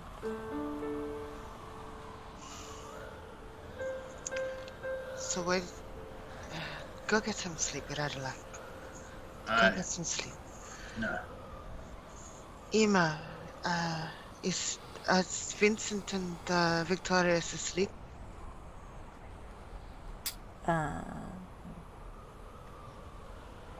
They look good. Look at them. Are they asleep? You can see them breath in the wind, and their necks are like really low, and they're kind of huddled close, like they are sleeping, trying to stay warm. Looks like it. Okay, do me a favor. I wanna take a look around a bit further than what my 60 feet can do. I will stay within 60 feet of camp so I can keep an eye on you, okay? But I'm going to have a look around. I'm going to do a full circle, but I'm going to be stealthing and having a good look around the base. Alright, so you're going to roll a stealth check for me, and you're also going to roll a perception check for me. Bugger this, I'm going to do it. Guidance. So stealth check is an 18. Stealth check is, a 19. Okay. And again, guidance. For perception. Perception is, and bugger, I might as well give it to myself. And perception is 20 brain work. 25. Do you take your pack with you? I've taken the horn with me, so All right. I probably would have the pack with me. As you're walking, the horn is glowing more. You're walking around. You see the line of the tree line as you're walking where your camp is, to give you shelter from the winds buffeting. So are you walking along the edge of that tree line, I'm assuming? What is it you're looking for? Are you looking for people or? Any people, any sign, anything. If, like you said, the horn's glowing, is it brighter than when it was when I was at the camp? And Yeah, it is kind of glowing more and more. Like walking. As you're getting, if you get closer to the edge of the mountain, because you can definitely see it, it glows more. So I've pretty much answered that particular question. This is where I'm supposed to. This is where you're supposed to be, yeah. I'm going to say, do I see anyone, any signs of a camp, any signs of extra footprints or anything? There's no light of a fire or anything nearby to show you that there would be. I mean, you smell the smoke of your fire. It's kind of masking if there would be any other one. So you're looking for the lights of any torches or lamps or fires with the snow coming down. And you don't see any. Sonora's probably going to do that 3 or 4 times throughout the watch, but she'll go back to Ema just to make sure that Ema's okay. And she'll just go, I think this is what I'm supposed to blow the horn. What does blowing the horn do? I don't know. Why would it glow here? I just got told that I was to blow the horn at the base of the mountain with the dragon spire. So, does that mean there's a dragon here, or? This is probably where the dragon lives. It's where they come. How about I have a look? I'm going to use primeval awareness. Mm-hmm. And as an action, you expend 1 ranger spell slot. Sense whether any aberrations, celestials, dragons, elementals, fae, fiends, or undead are present within 1 mile of you. Let's see. I'm looking at my map because you are by a fortress where a dragon might be. See if that's within a mile. So you do not see any dragon within a mile of you right now. What about any of the other things? Celestial aberration and dragon, right? Dragon, elemental, fae, fiend, or undead? No. Right. What about Sonora? Technically. You are. I can't see any sort of magical creatures around, not even a dragon. He's just sort of looking around in order. He's still looking around in order. Choose about his gender. female characters. Welcome to Alice Wonders' world. All right. Sonora's going to look at she's just going to start holding the horn and looking at it, trying to work out what to do. Do you think we should wait until morning when everyone's rested and good to go, just in case it does bring an avalanche on a parliament? I wasn't going to blow it tonight. Everybody needs a long rest. It's not the reason. It's I don't know. I don't know what this does. If you would like, either of you could roll insight. If you want to get like a kind of a sense of a feeling of anything you might have about the discussion that Tira Mister gave you. Alright, and I'm gonna guide myself again. So what is it, insight? Yeah. That is insight 26. Ema, did you want to also roll or no? I got 14. Alright, pretty good rolls. With that, you guys both remember the warmth and the kindness that they showed you and the offers to help you. You don't feel that they would give you anything that would be a detriment to you. They would only give No. you things to aid you. And that's just it. I don't know whether this is the right time for the aid. We're not ready to fight a dragon, and yeah, I don't know. And Zenora's like, her head is like going. She knows that it's nothing harmful. It's just this was for aid, and she's wondering if this is the right time. If Maybe it'll call the gods back to us.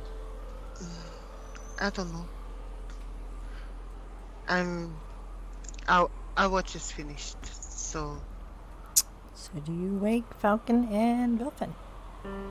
I'll wake up Vilfin because I want to speak to Vilfin. I'll let Ema to Falcon. Vilfin, and I'm going to be really gentle about it and waking him up.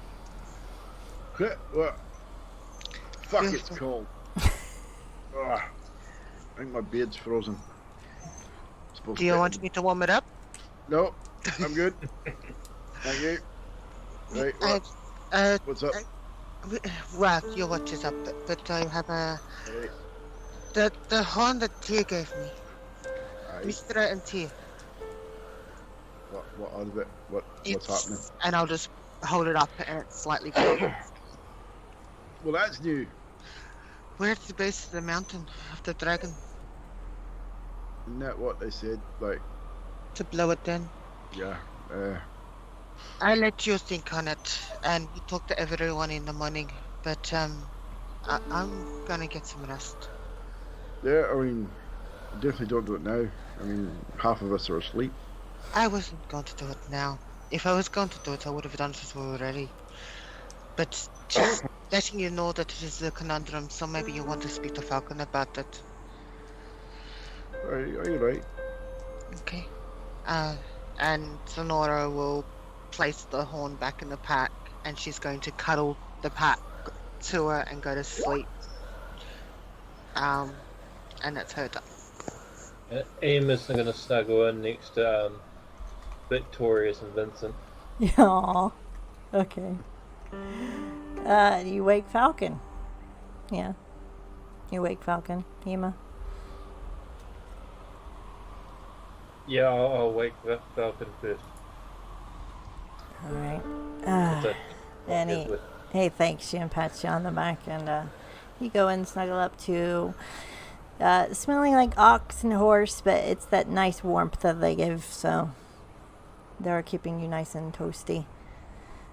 Falcon heads over to the wagon and rifles through and grabs the 2 bottles of Firebrand whiskey, sits by the fire and Now you're talking.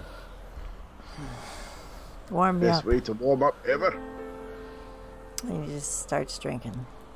Put some on his eye, they'll A bit of a waste. sterilize. Don't drink too much just in case, but keep the cold at bay nonetheless. Yeah. Zenora was it's kind of odd. You know, how much do you know about the gods? Like Mr. Tyr, Lathander, and all them such things. Do you know much about them? I don't put my faith in gods. Gods kind of took my wife away, so fuck the gods.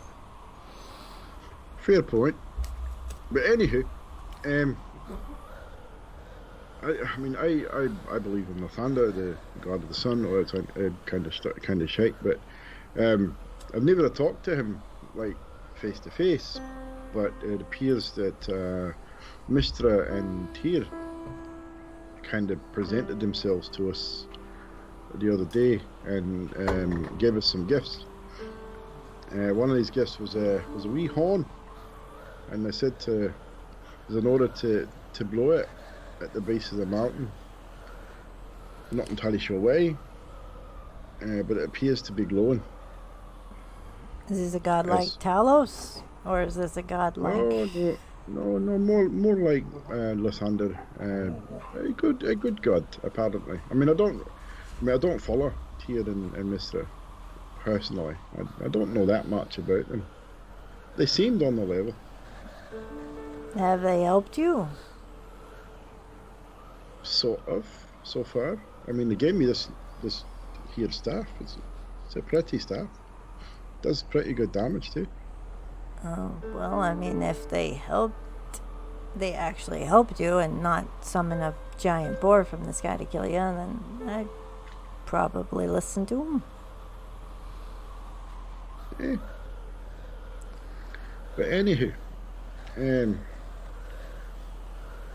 kind of hoping we don't find the dragon at top of this mountain, to be fair. I mean, I don't fancy tangling with a white dragon. Orcs, I can kill. No problem. Apparently, according to Harbin, it's a baby dragon. Yeah, we've seen it. It's not a baby. It's a wee bit bigger than a baby. I think if you got the Mind you, extra... baby dragons are quite big too. Yeah, the extra help, you could probably take on a dragon. And then the orcs would be less of a hindrance. Yeah, as long as it's not an ancient dragon, I think we'd fare okay. I mean, we do have a few of us here. We are quite talented. according to Xanth, you all but killed the Gorthak in the first place, he was saying. So yeah, we did have to run away. I'm not proud of that. I'm not one to run from a fight, but it was a little overwhelming. if you can kill the pet of a god, I think you can definitely tangle with a dragon by now. Yeah, well, now that I got something that feels a little more familiar in my hands, and I purchased them yesterday. They're kind of good to. I bloodied them on a dragon, I think. Well, what do you think? You think she should blow the thorn, or? Well, if the gods wanted us to do it, I can't see why it would hurt. It could bring something to help you fight the dragon. That's what we're hoping. I mean, I'm really, really hoping that maybe I know gods don't like to interfere, but it seems something's going on with this Talos that they don't like, so they're helping us. Or would it help us find Pell? Maybe they knew this was going to happen all along. Of course. The gods are cryptic that way. Gods are assholes like that. To be fair, I mean, I like my god. Don't get me wrong. I mean, I come from the mountain and found this monastery, and they taught me new things and new ways to fight. And I'm not opposed to the godly thing, but I'm still a dwarf. Still like to fight, to drink, and to eat. That'll never change. I can't believe I'm saying to follow gods. I'm a bit, I'm not friends with them, but I think she probably should do what they say. Better than the wrath of the gods. Well, that was kind of what I was thinking. If you don't do what they say, and then they come kicking the ass later, it's not a good thing. So you say we got to took your wife away? Well, wasn't my wife yet, but yeah. She was a paladin. Ah, right, that was your wedding. I forgot about that. Yeah. She went away adventuring, you say? Yeah. But she and I both taught Pell everything we knew about defending ourselves, so he's pretty handy with some daggers and a bow. I think if something tried to attack him, he could put up a decent fight to get away, maybe. I certainly hope so. But for his sake. But we'll get him back. I'm sure of it. God, and the gods help anyone who's is hurting, because Zenora will probably just tear them apart. Yeah. That's why if they have done anything to him, I'm gonna... Dragon will be the least of their problems, so... Get you to roll perception. I rolled a 3. My favorite roll, yay! So with one eye, Falcon I rolled a 4. Yeah, they're not, they're deep in conversation in the snow, and they're just trying to stay warm. A few whiskeys in. Yeah, it's cold. I probably would have grabbed one of the wintry cloaks as well and wrapped myself up Yeah. as well. So that's another thing. Assume you guys put on your winter gear when you do. So as the sun starts to rise up, Falcon's going to take some of the eggs and some of the bacon that Sue had packed and try to make you guys some breakfast. So you'll Orphan's not going to do his morning ritual this morning. Oh. He will still run through, probably using the axes this morning, dual wielding axes, just to get a feel for it, balance, because he probably hasn't had an axe in his hands for a number of years since he's been at the monastery. So Sonora would be up at dawn and would probably, as he's doing the whole axe, she'd put the scimitar underneath the axe so he could clank it. So it's a little heavier than the staff, so it probably will jolt a bit. Yeah, to be fair, I'm probably used to axes, to be honest, considering where I'm from. So it's like, ooh, surprised but holding it steady. Yeah. Nice, matching him. And he'll definitely match with you probably for about 20 minutes, half an hour or so. They're what? He's very spry with his axes. Even though they are a battle axe, they can be wielded one or two-handed, but he prefers one-handed. And at the end of it, he'll stop, look at you, wink, and then turn and throw it at the tree closest to wherever Radlac is sitting or sleeping. So it goes thunk right into the tree, right beside him. That would probably wake you up, Radlac. Whoa! Oh, Jesus. Morning! Yay. You're awake? Yes. So what did you and Falcon think? Well, I'm surprising. As much as he doesn't like the gods, he's in agreement. I think we should, if they say blow the horn at the base of the mountain, blow the horn. He can hear you. He's like, blow the horn. Okay, Sonora's gonna go right to the base, where it glowed the brightest. And then she's got her pack, and she's gonna take it out. She's gonna close her eyes, and she's just gonna blow. And as you blow the horn, no sound comes out. Are you doing it right? Nothing seems to be happening. And then after a while, what do they hear? There is a very loud roar coming from the woods. It sounds familiar to Zenora, but... A fucking lion! Sonora knows damn well who that is, and she goes bolting towards the noise. It's not a wait, is it? Fuck's sake.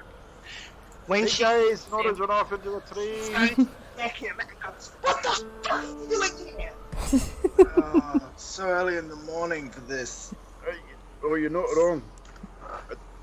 We have to go find her. She just took off into the trees. I think there's another lion out there, and it roared really loudly. Oh, man. Did we just wake up a manticore again, or what? Don't talk to me about the fucking man. God, I hope they're not nearby. Zenora doesn't have a good track record with those things. Did she run off No. to the manticore? Because she might be... Well, let's go find her quickly. So Yeah. So, Sonora as what the fuck are you doing here? So describe what Nat would look like. Nat's roughly about 6'4". He's built. He's strong. He's got a big. Well, at the moment he's got a covered hood, but as Zenora comes running at him, he drops the hood from his head and just gives her a big shit grin, and you just see like mane kind of tied down in plaits and whatnot down to his down to shoulder length, and as soon as she decks him, she She had it afterwards.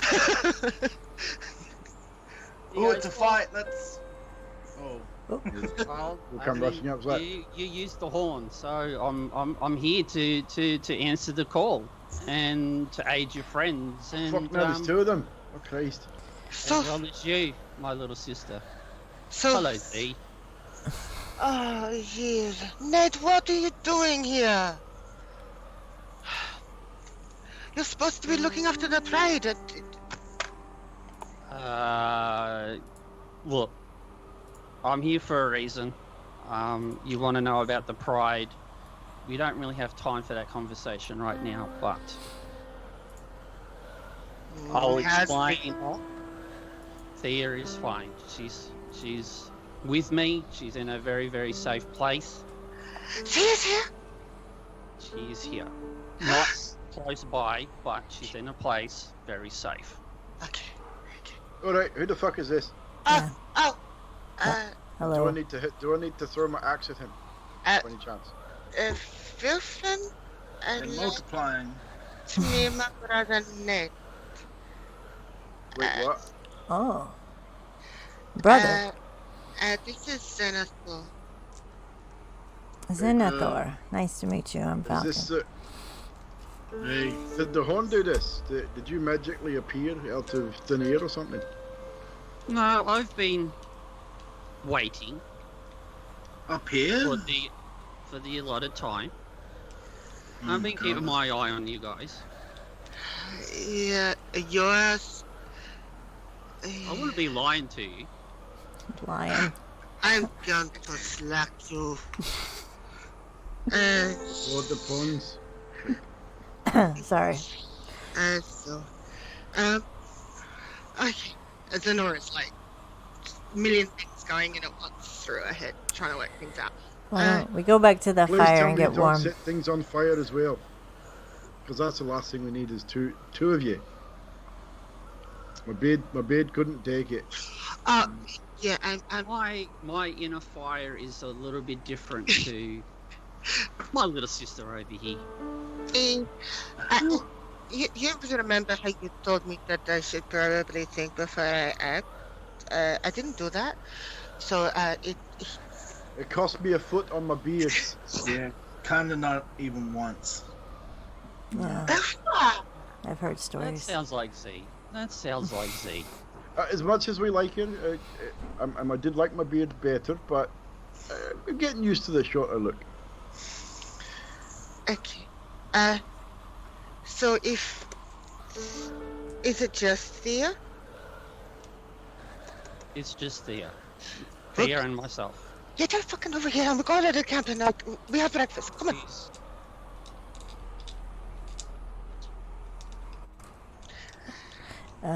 When we're done here, I'll see what I can do. Okay. So, I guess that means we have an ally. Well, is the The brother help is most welcome. Ima! Have you ever fought a dragon before? Falcon is going back to ready the horses and the ox while you guys are talking. Not yet. Forgive me, I'm how rude. My name's Wilson Donhammer. Oh. Pleased to meet you. Mine, Bilfin. What was your name again, sir? I forget. Xenatha Goldenclaw. Holy crap, that's a mouthful. Just call me Nat. Right Brad there. like, hey, I like. where's Sebastian? Did he I'm get here. buried in the snow? Oh, No, yeah. I'm here. Almost. I thought we'd lost you in the snow. I'm taller than you. No, Well, you're fucking not. uh, You think you are? I mean, you're higher than the rest of us most of the time. yeah, you're just jelly. Jelly. No, I'm a dwarf. Dwarves can be jelly. Like the ooze. Yeah, like the ooze. Okay, I'm confused, but all right. No, you're Wolfen. I'm confused. No, I'm a dwarf. Yeah. So, when Zenora gave me a hug, she probably would have felt like an amulet around my neck, Mm-hmm. which is something that she knows that I would never have had on me before. Yeah, that does. That's something she'll talk about in a bit, I think. She's still trying to work out what the hell is going on. So, Just here to help. So, okay. As much as I love it, we have a child to find, and we could be going to find. Right, we best get going. Yeah. Absolutely, lead the way. Okay. So, this. Can I stay with me? I don't want to watch it. I want to talk to my brother. I don't think we're going to be travelling really fast in the snow anyway.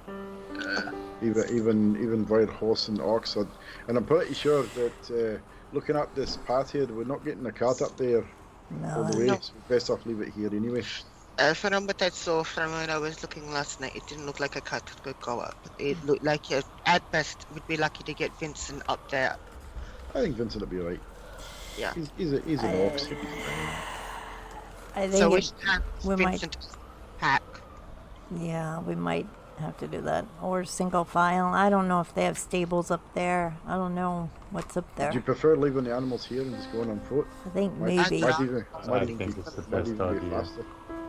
Plus, it gave the element of surprise without the animals. Sebastian, Lilac, would you mind carrying Sebastian? He's a wee bit slow. Yeah. We need to keep pace up. Puts his arm out. Climb up and start tinkering. Climb up. You see this gnome climb up the back of this minotaur. Oh, God. Right. Falcon, Emer and Falcon, you're the trackers of the group. Lead the way. Sonora's gonna just hang back and just elbow occasionally, going, and shake her head and just keep walking for a bit until. That will play back and sort of give her the playful punch in the arm. Alright. And Radlak's gonna say to Vilfin, well, she'll leave us alone for a bit, I guess. Right. Hopefully she'll set him on fire, not me. Sonora heard that and will just flame fireball at the back of him, back of the head, not so it burns, but just enough. Fuck's sake, woman.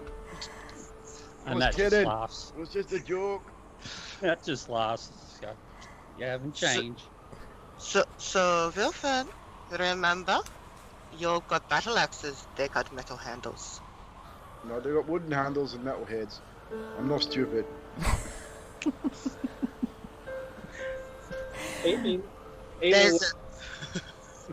Ema will address Vincent and then Victorious and say, we're going to go up ahead. We're going to leave the food out for you, but we think it's going to get cold and it's going to get hard to travel, so you guys should probably stay here. Because we just want you guys to be safe, so... You'll be back, right? Oh, we'll be back. We definitely won't leave you guys behind. I heard there's a dragon around. Someone said something about a dragon. If you see a dragon, sit down and hide. Right under the cart. Vincent just looks at Victorious like, shit. And then... I looked around last night for a dragon, but there wasn't anything anywhere near us, so I'm pretty certain it's not. Maybe if you let us go, we could probably just make our way back to town. I'll address the rest of the guys and say, rest of the crew, and say, what do we want to do about the animals? About Vincent and Victorious. They're concerned that they might get spotted by the dragon if we leave them out here in the open. I think you could be right. What do you think about reattaching the cart to Vincent and Vincent take the cart and Victorious down? Going back, we're not in a rush to go back. We're in a rush to get there. They know their way home. So. Victorious would find his way home. Pretorius can find his way back. And probably Vincent would follow Pretorius out of company.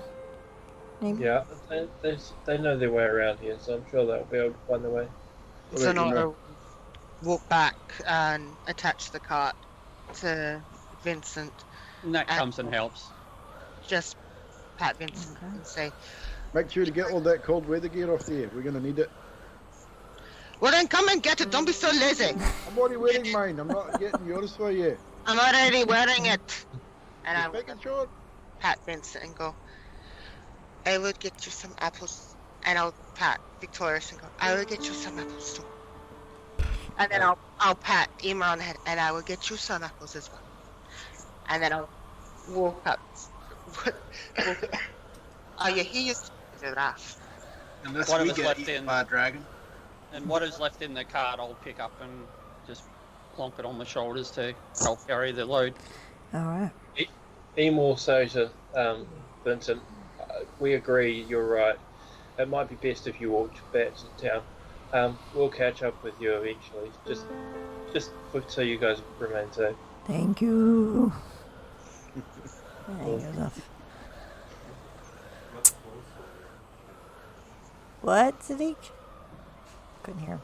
Alright, so. And Emil will go up to Nat and say, hello, Zanaptha. My name's Emma. And holds out his hand and then says, I think.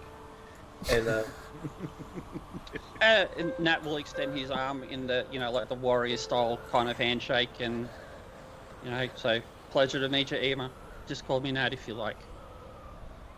okay. Alright. So he just grabs it by the, hand by the wrist, and firm shake. Alright. Sonora's looking at this, trying not to laugh. So, You'll notice that Emma's grip is probably very limited in comparison. Toggins put stuff in his pack and he's hiked it on his back, and he's checking the winds and waiting for you guys, casually waiting for you guys to start. Yeah. So. So we'll start walking. Or I will. You're ready. Let's go. Let's go get that. Yeah. So. As we start walking, I'm just gonna go underneath the neck and go, what's this? And flick it up with Nate. Medallion. Oh, it's a What's this? very, very handcrafted, just face of a lion, just the head of a lion.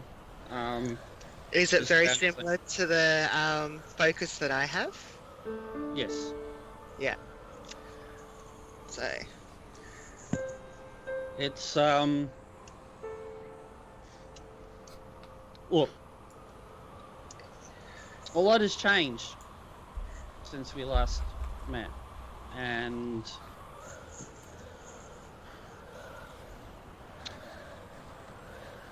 remember the days where you and your mentor were trying to bring out my fire and trying to learn to control it, but I never was able to. Oh. Yeah. I still got Scar. Well, it turns out that it's more of a different fire compared to yours. You see,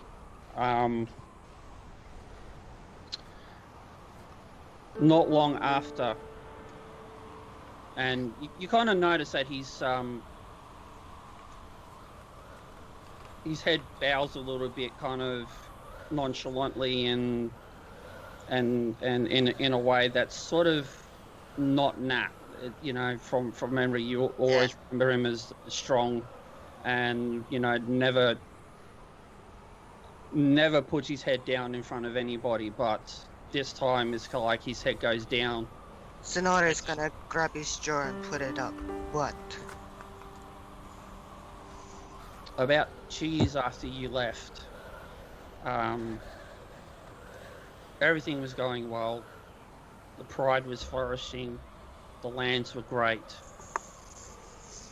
And then he turns to you, and then there was a storm.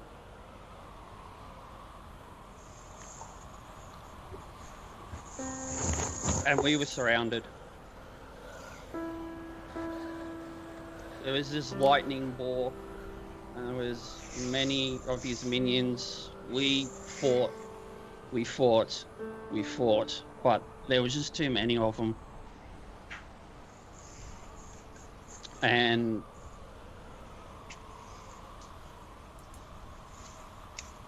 the boar charged at Thea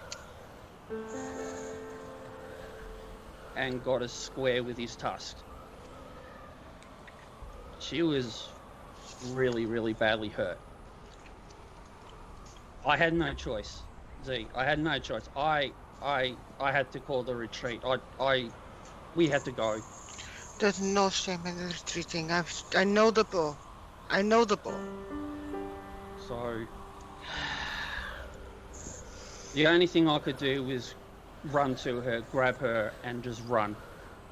Please tell me Moth at least died valiantly, or died. Please. I don't know. See, the thing is, I did the only thing that I could do, and that was run to that sanctuary that we all had. You know that one place up in the mountains where if anything went wrong, that's where we would all meet. That's where I went with Thea. Yeah, and we're walking as I'm telling the story. Walking and talking. And she was really fevered. The wound, it was a mortal wound. She was bleeding out, and I didn't know what to do. All I could do is watch. Sonata is going to grab her paws and lift his face up to him and just look at him. She's suspecting what he's about to say, and she's going to say it's okay. He looks directly in her eyes, and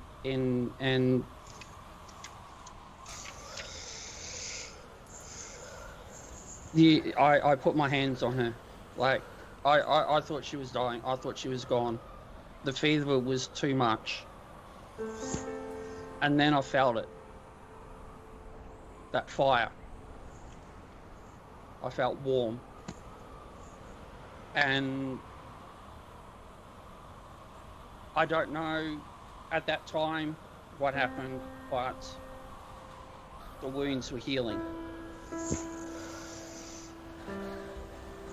And I didn't understand. But they closed enough that she was okay. But she was still fevered, still very sick. But she was okay. I knew she was okay because she called for you. Jeez. No one during this time. It was probably over a course of several days this happened. None of the family came. How's she doing about Eraman? Her twin.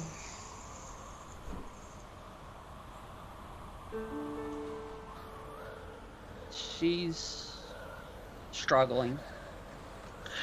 That she's missing a part of her. But it's the unknown. It's the unknown that we don't know. If anyone other than you and Thea, Eraman, from what she told me, is the only other person that could lead that pride.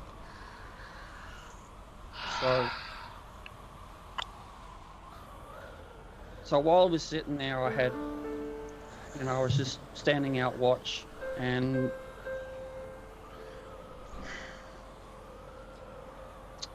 there was a voice. While I was just sitting there, like I was very tired after everything going on, and there was this white radiant light, And I was reminded by the voice of, the training with you and your mentor. Told me that I was not of the flame, but I had my own flame inside. I was, reminded of being the warrior, a different flame, a different fire, and it, I always knew it was there, but I, with the pride, they didn't understand that kind of stuff. Well, So I kept it buried, but clearly it was needed.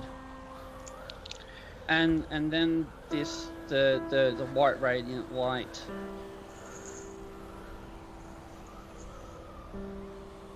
There was a man standing in front of me, and he introduced himself as Tia. that makes sense. And he told me that I'll walk the same path as you, but my path is a different nature, a different path, but still has the same story. He told me, he reminded me of being a warrior embedded the day I was the cub, where I could hold a wooden practice sword. And he reminded me there was something within me, but we just couldn't unleash it. So it was at that point, he offered me to be a paladin under his banner, and I said no. But what I said to him, I said, I'll take the oath of a paladin, but I'll take the oath of a conqueror. This oath is for my family. What was taken away from us, what our pride was taken away with. So I rejected his offer, and I've become my own paladin, my own path, and forging my own fire. And this is why I'm here today, because I want this Talos, and I will stop, and I will conquer, and I will destroy everything that this man stands for and anything that has him there. It's funny. God and close. And gods. We have an interesting story. But I promise you, Thea is fine. Okay. Wow. Well, the horn makes sense now, doesn't it? Yeah, you all hear this since you're walking single file now up the mountain ridge. I made no attempt to You all hear it. keep this to just between myself and Zenora. Nat wanted the group to know my story, so whether they trust me as an ally, or at least for the interim know that they've got someone that's going to aid them with what's coming up. He didn't hide any of the story. Something makes sense now? Really? A little bit. I mean, kind of. Well, maybe. I'm not sure yet. Yeah. To be fair, magic, our pride, not accepted, but when you look like I do, you're not gonna accept it anyway. Whereas Nate looks like a normal Leon. So it's easier for Honestly, you both look fucking scary to me. Just saying. Hey, do you still have Daunting Raw? It works for me now. I don't sound like a kitten. You have to show me one of these days. Falcon speaks up. Probably not a good idea getting closer to the dragon's lair, though. Yeah, Just heads up. So Nora's gonna look at Falcon and go, Yeah. like as if we're on the side of a mountain. A little worried about avalanche as well. Loud noises, you know. But yes, I still possess that, and working on some my own tricks with this new path that I have taken for myself. It's been interesting.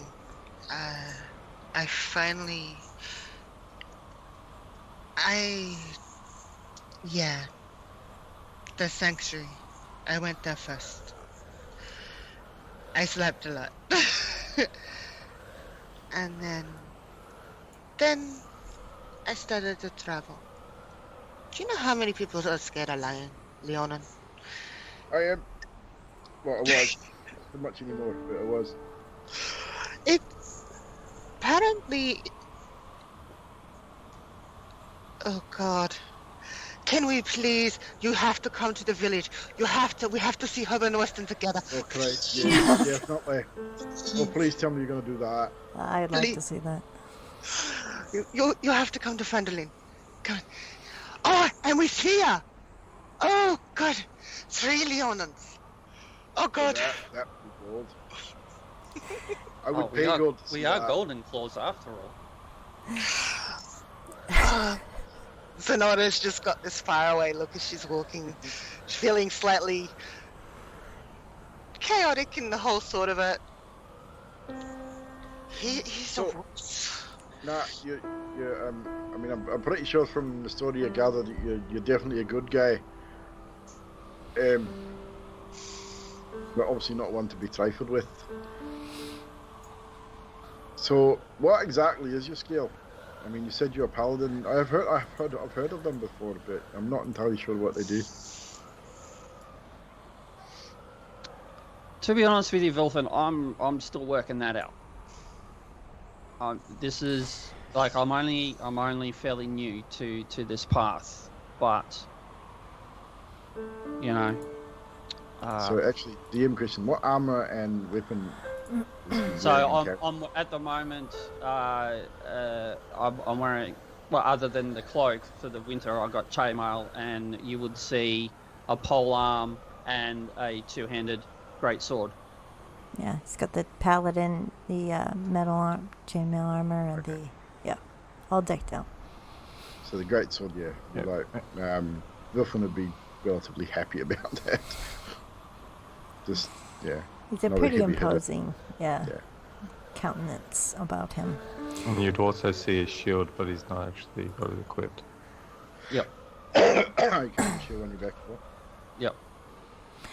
As you guys are walking and talking, you'll see the clouds are partly obscuring a stone fortress that you're going to be seeing in the near distance, situated atop an icy spur of jagged-covered snow mountain, which is pretty visible on a clear day from Vandalin. But the fortress you didn't see until just now. It's got 2 separate structures joined together with what looks like a stone bridge, and the narrow winding path that's corkscrewing up the mountainside as you're talking appears to be the only safe way to reach this by land. It's not a welcome path, but it's not as unwelcome as the cold howling wind that's buffeting against you. You're gonna probably be going single file. So can I get like a marching order as you're? Who do you think would be first? It's slow going for a bit, fellas. We best be careful. I make a good windbreak. Radlack's gonna go first. I'll stand behind you then. Wilfin? Sonora will go next. Alright. Wilfin, Zenora, Nat, are you going to be next to Zenora? Absolutely. And of course, Sebastian's on Wilfin. So, that means Ema's and a Falcon can probably be in the back too. He's got some range on him with Ema. So Falcon can take up the rear. Shut up, Sadiq.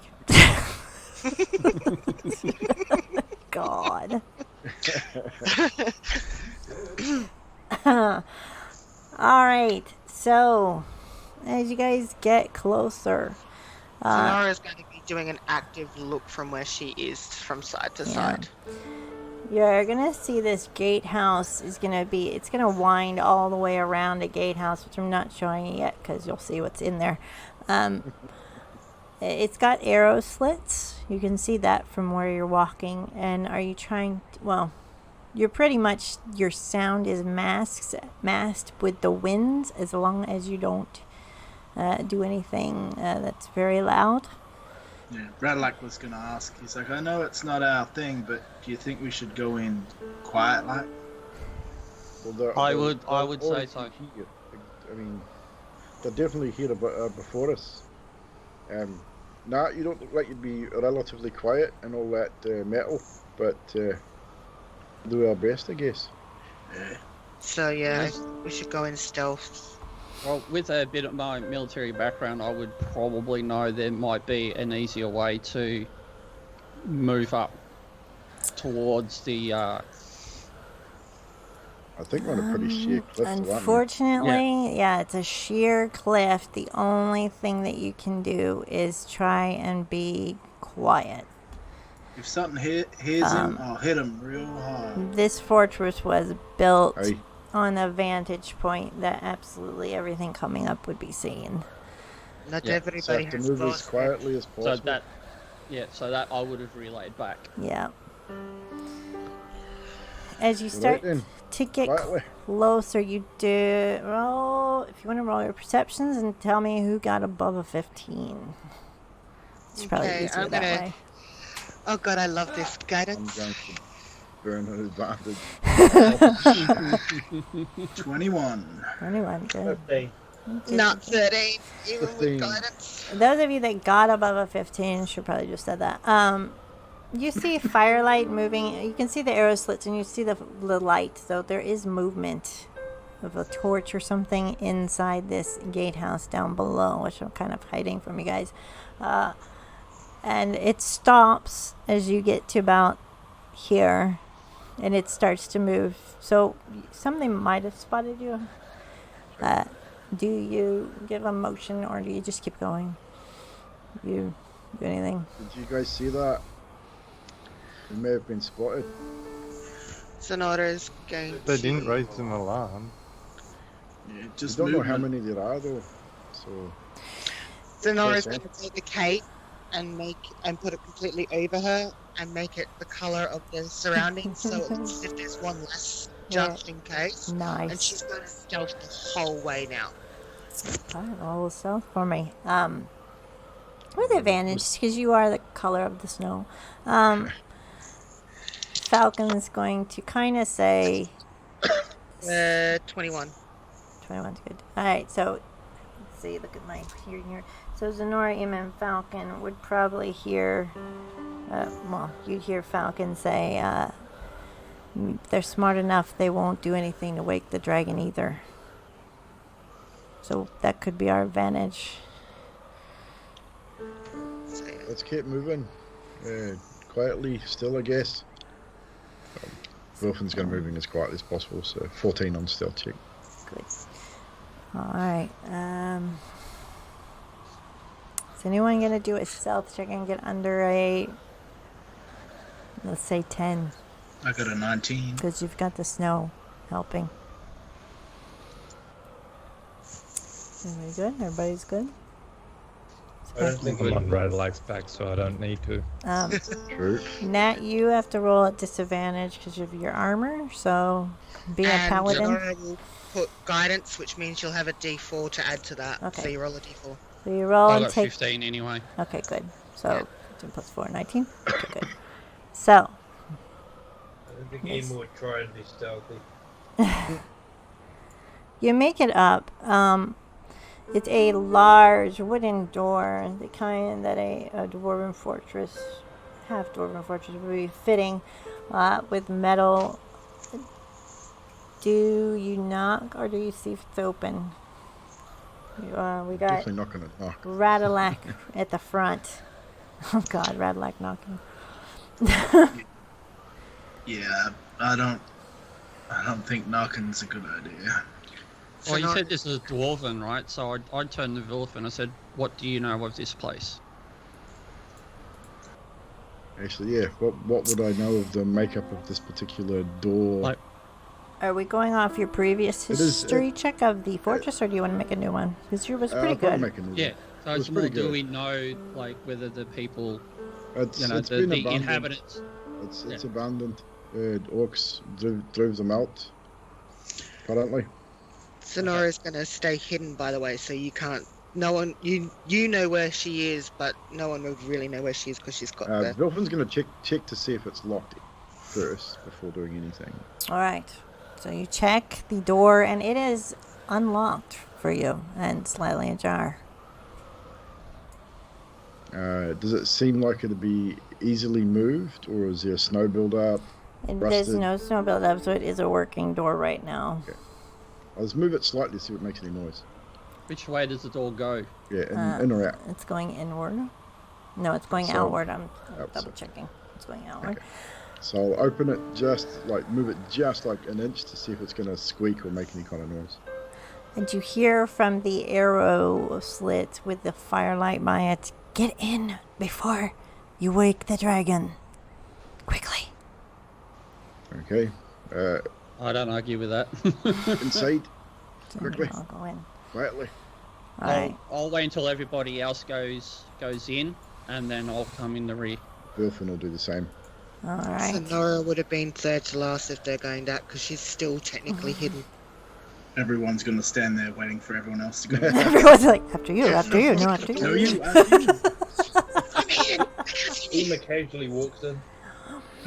You are in what looks to be stables. You see the warmth and the steam coming from the 5 horses in front of you. There is a woman here with red hair. It's tied tightly in a ponytail. She is looking at you very sternly, motioning you quickly to get in as you are filing in. So I'll close the door enough so it's just ajar enough and not to blow open by any wind or anything like that, just in case there's a need for an escape. All right. What did you say, Belfin? I'm casually arming myself Yeah. because we don't know who this person is. Yeah, And and I I'll don't trust anybody. kind of loosen in the Yeah, tabard. Falcon's already had his dagger unsheathed, ready to go. Sonora's got her claws ready to go and ready to extend out and do the primal savagery if she needs to. These people are likewise ready to go. You have a dark-haired woman with steel cold blue eyes looking at you through the arrow slit up above here. You have the redhead here. You have a very brash-looking, very thuggish, imposing male, human-like. He would seem to be attending the horses, and he is kind of... They're all at the ready, too. So you guys are kind of like at a standoff stance with each other. And she's like... So, Go ahead.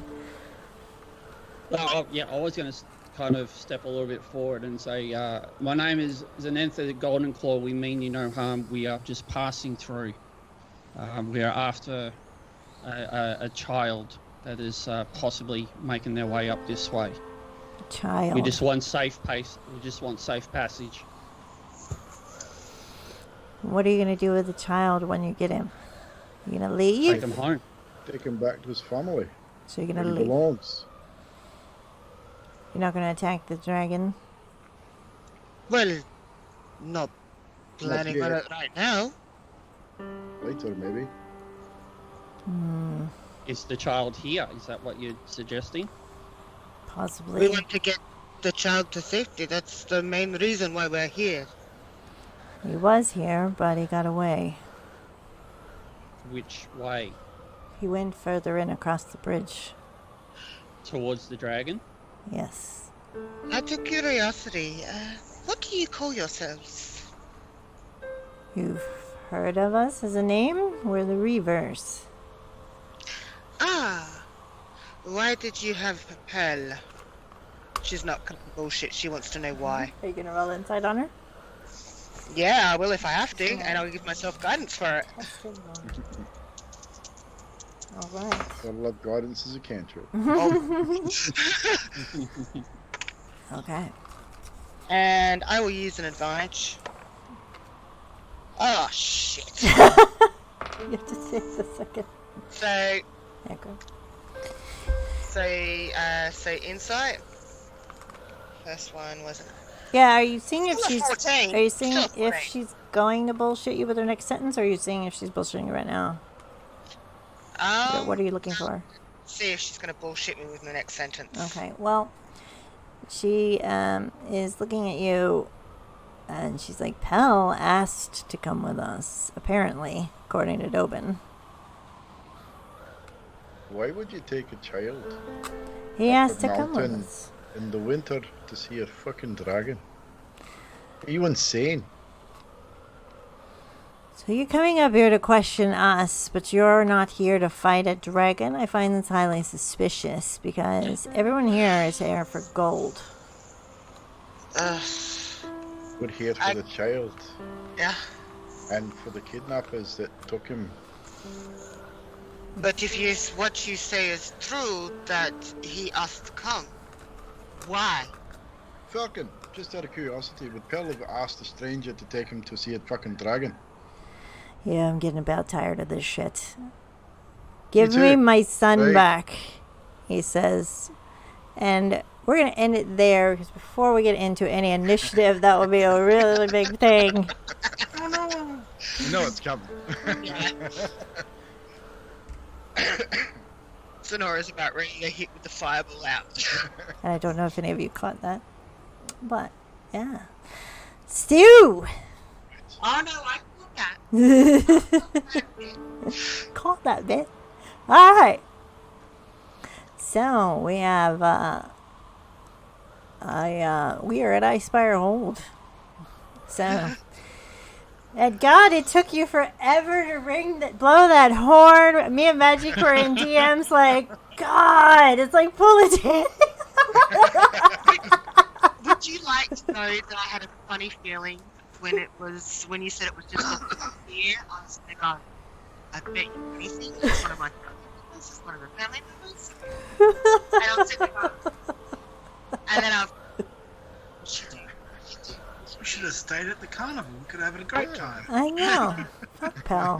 God damn it. Kids, right? Alright, well, we'll go over our favorite parts. We'll start with Sebastian. We did him that way last time, so we'll do this way, I think. Oh, cool. I liked the story from Magic. It was a really good story.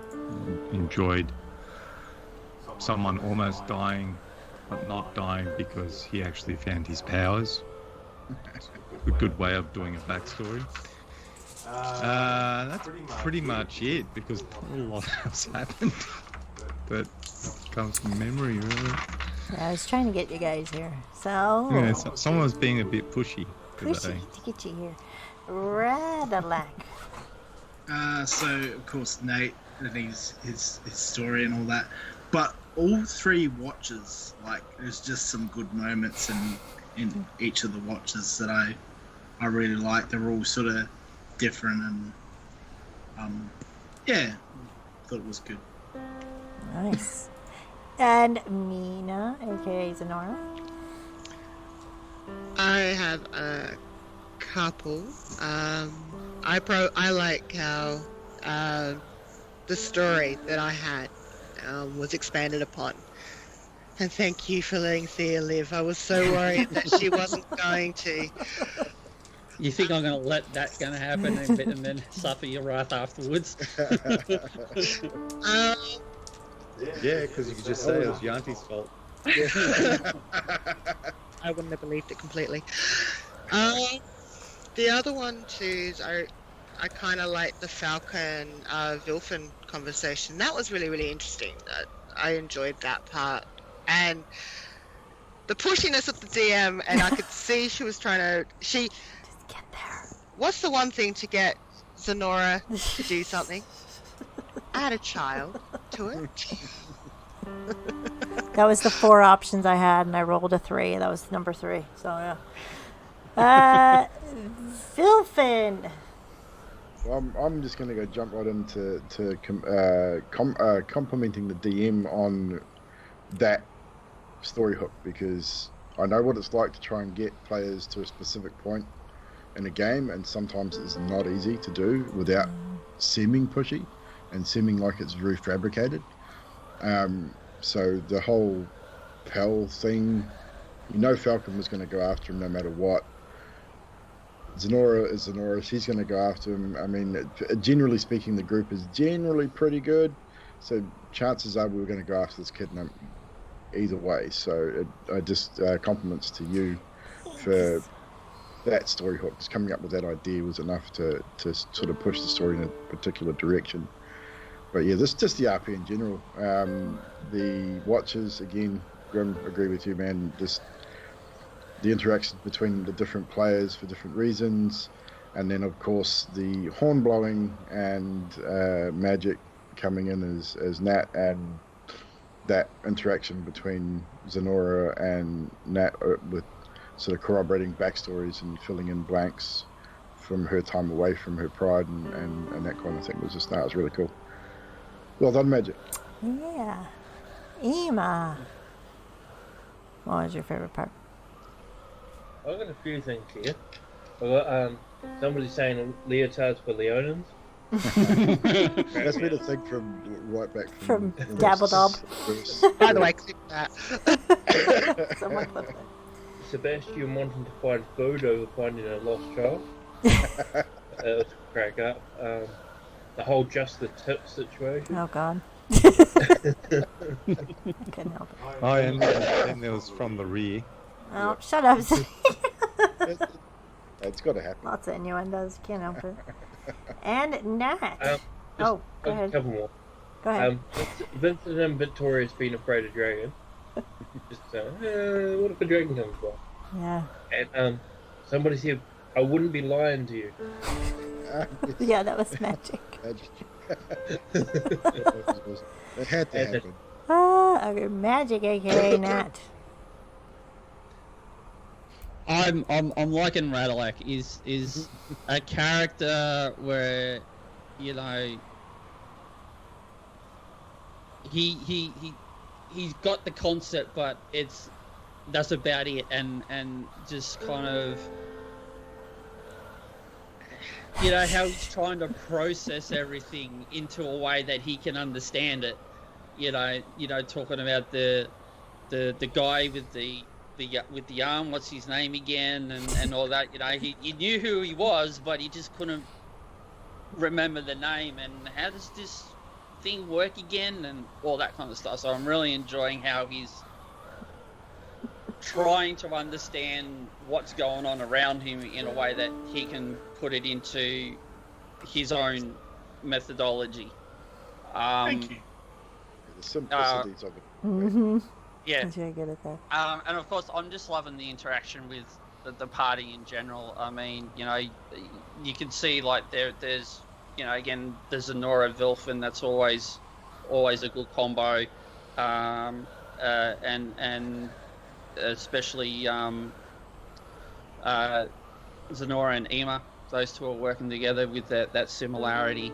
Radalak Sebastian, yeah. Yeah, Radalak Sebastian. Yeah, that is a very interesting, I suppose, camaraderie. How that's slowly forming over time. But yeah, definitely with Sebastian as well, as just kind of like just the stoner. It's very funny. Just kind of. I'm not. What are you talking about? I'm not stoned, man. Someone's got to find their chill in this group, I tell you. It's all illegal, man. And running for the porridge. You all need to just chill. Yeah. But definitely also. Oh yeah, I forgot about the porridge. Well with our storyteller again, it's been highlighted. Trying to, move. As much as you guys enjoy the role play and the story, and you guys are not in that rush, like Evil pointed out earlier, sometimes the DM just needs to go, right, we need to get to this point, in the story. And I know there's been a couple of back and forths between Yanni and myself, so I was just sort of, it's kind of like when the Falcon idea came through, I said, that's the perfect idea, because this whole party right now, there's some sort of connection to Falcon in one way or another. So it was literally the perfect bait for you all to move towards that part of the story. So yeah, very well done. Just to reiterate, the child thing is classic. I mean, for a group that's a relatively good group, trying to save the town from this dragon, to have a child go missing, potentially kidnapped. There was no way that we weren't going. Yeah. I like Pell. I think Pell's the whole reason that she kept asking about Thea is because Thea is the one that she fought to protect, the one that she decided, I'm not going to die, I'm going to kill this, person. So that's why she would have gone, child missing, gotta go. Really want to work out this other situation, so I'll prepare for that. I have more in store. Yeah. Go ahead, Magic. No, you're right. I wrote down my favorite parts this time. Ooh. I have two. When the giant giraffe of flame was risen up into the sky and Vilfin grabs his bear and goes, fire! I pissed myself laughing. That was great. And then my second favorite part is right after that, when Drax did his beatific mist. It was going, ow, ow, ow. Yeah, it's like that Simpson episode with the cupcakes. If you remember it, with the Bart Simpson one. Yeah. Those are my favorite. And funnily enough, it was something that discussed, and I went, it'd be funnier if we did do it that way, because Vilfin would probably go around. Yeah, she was like, can I wild shape in a giraffe? And I was like, Yeah, that tone was set from the very first Fireball. It's a thing now. It's canon. I'm surprised you're not scared of her hair. It's kind of like healing damage.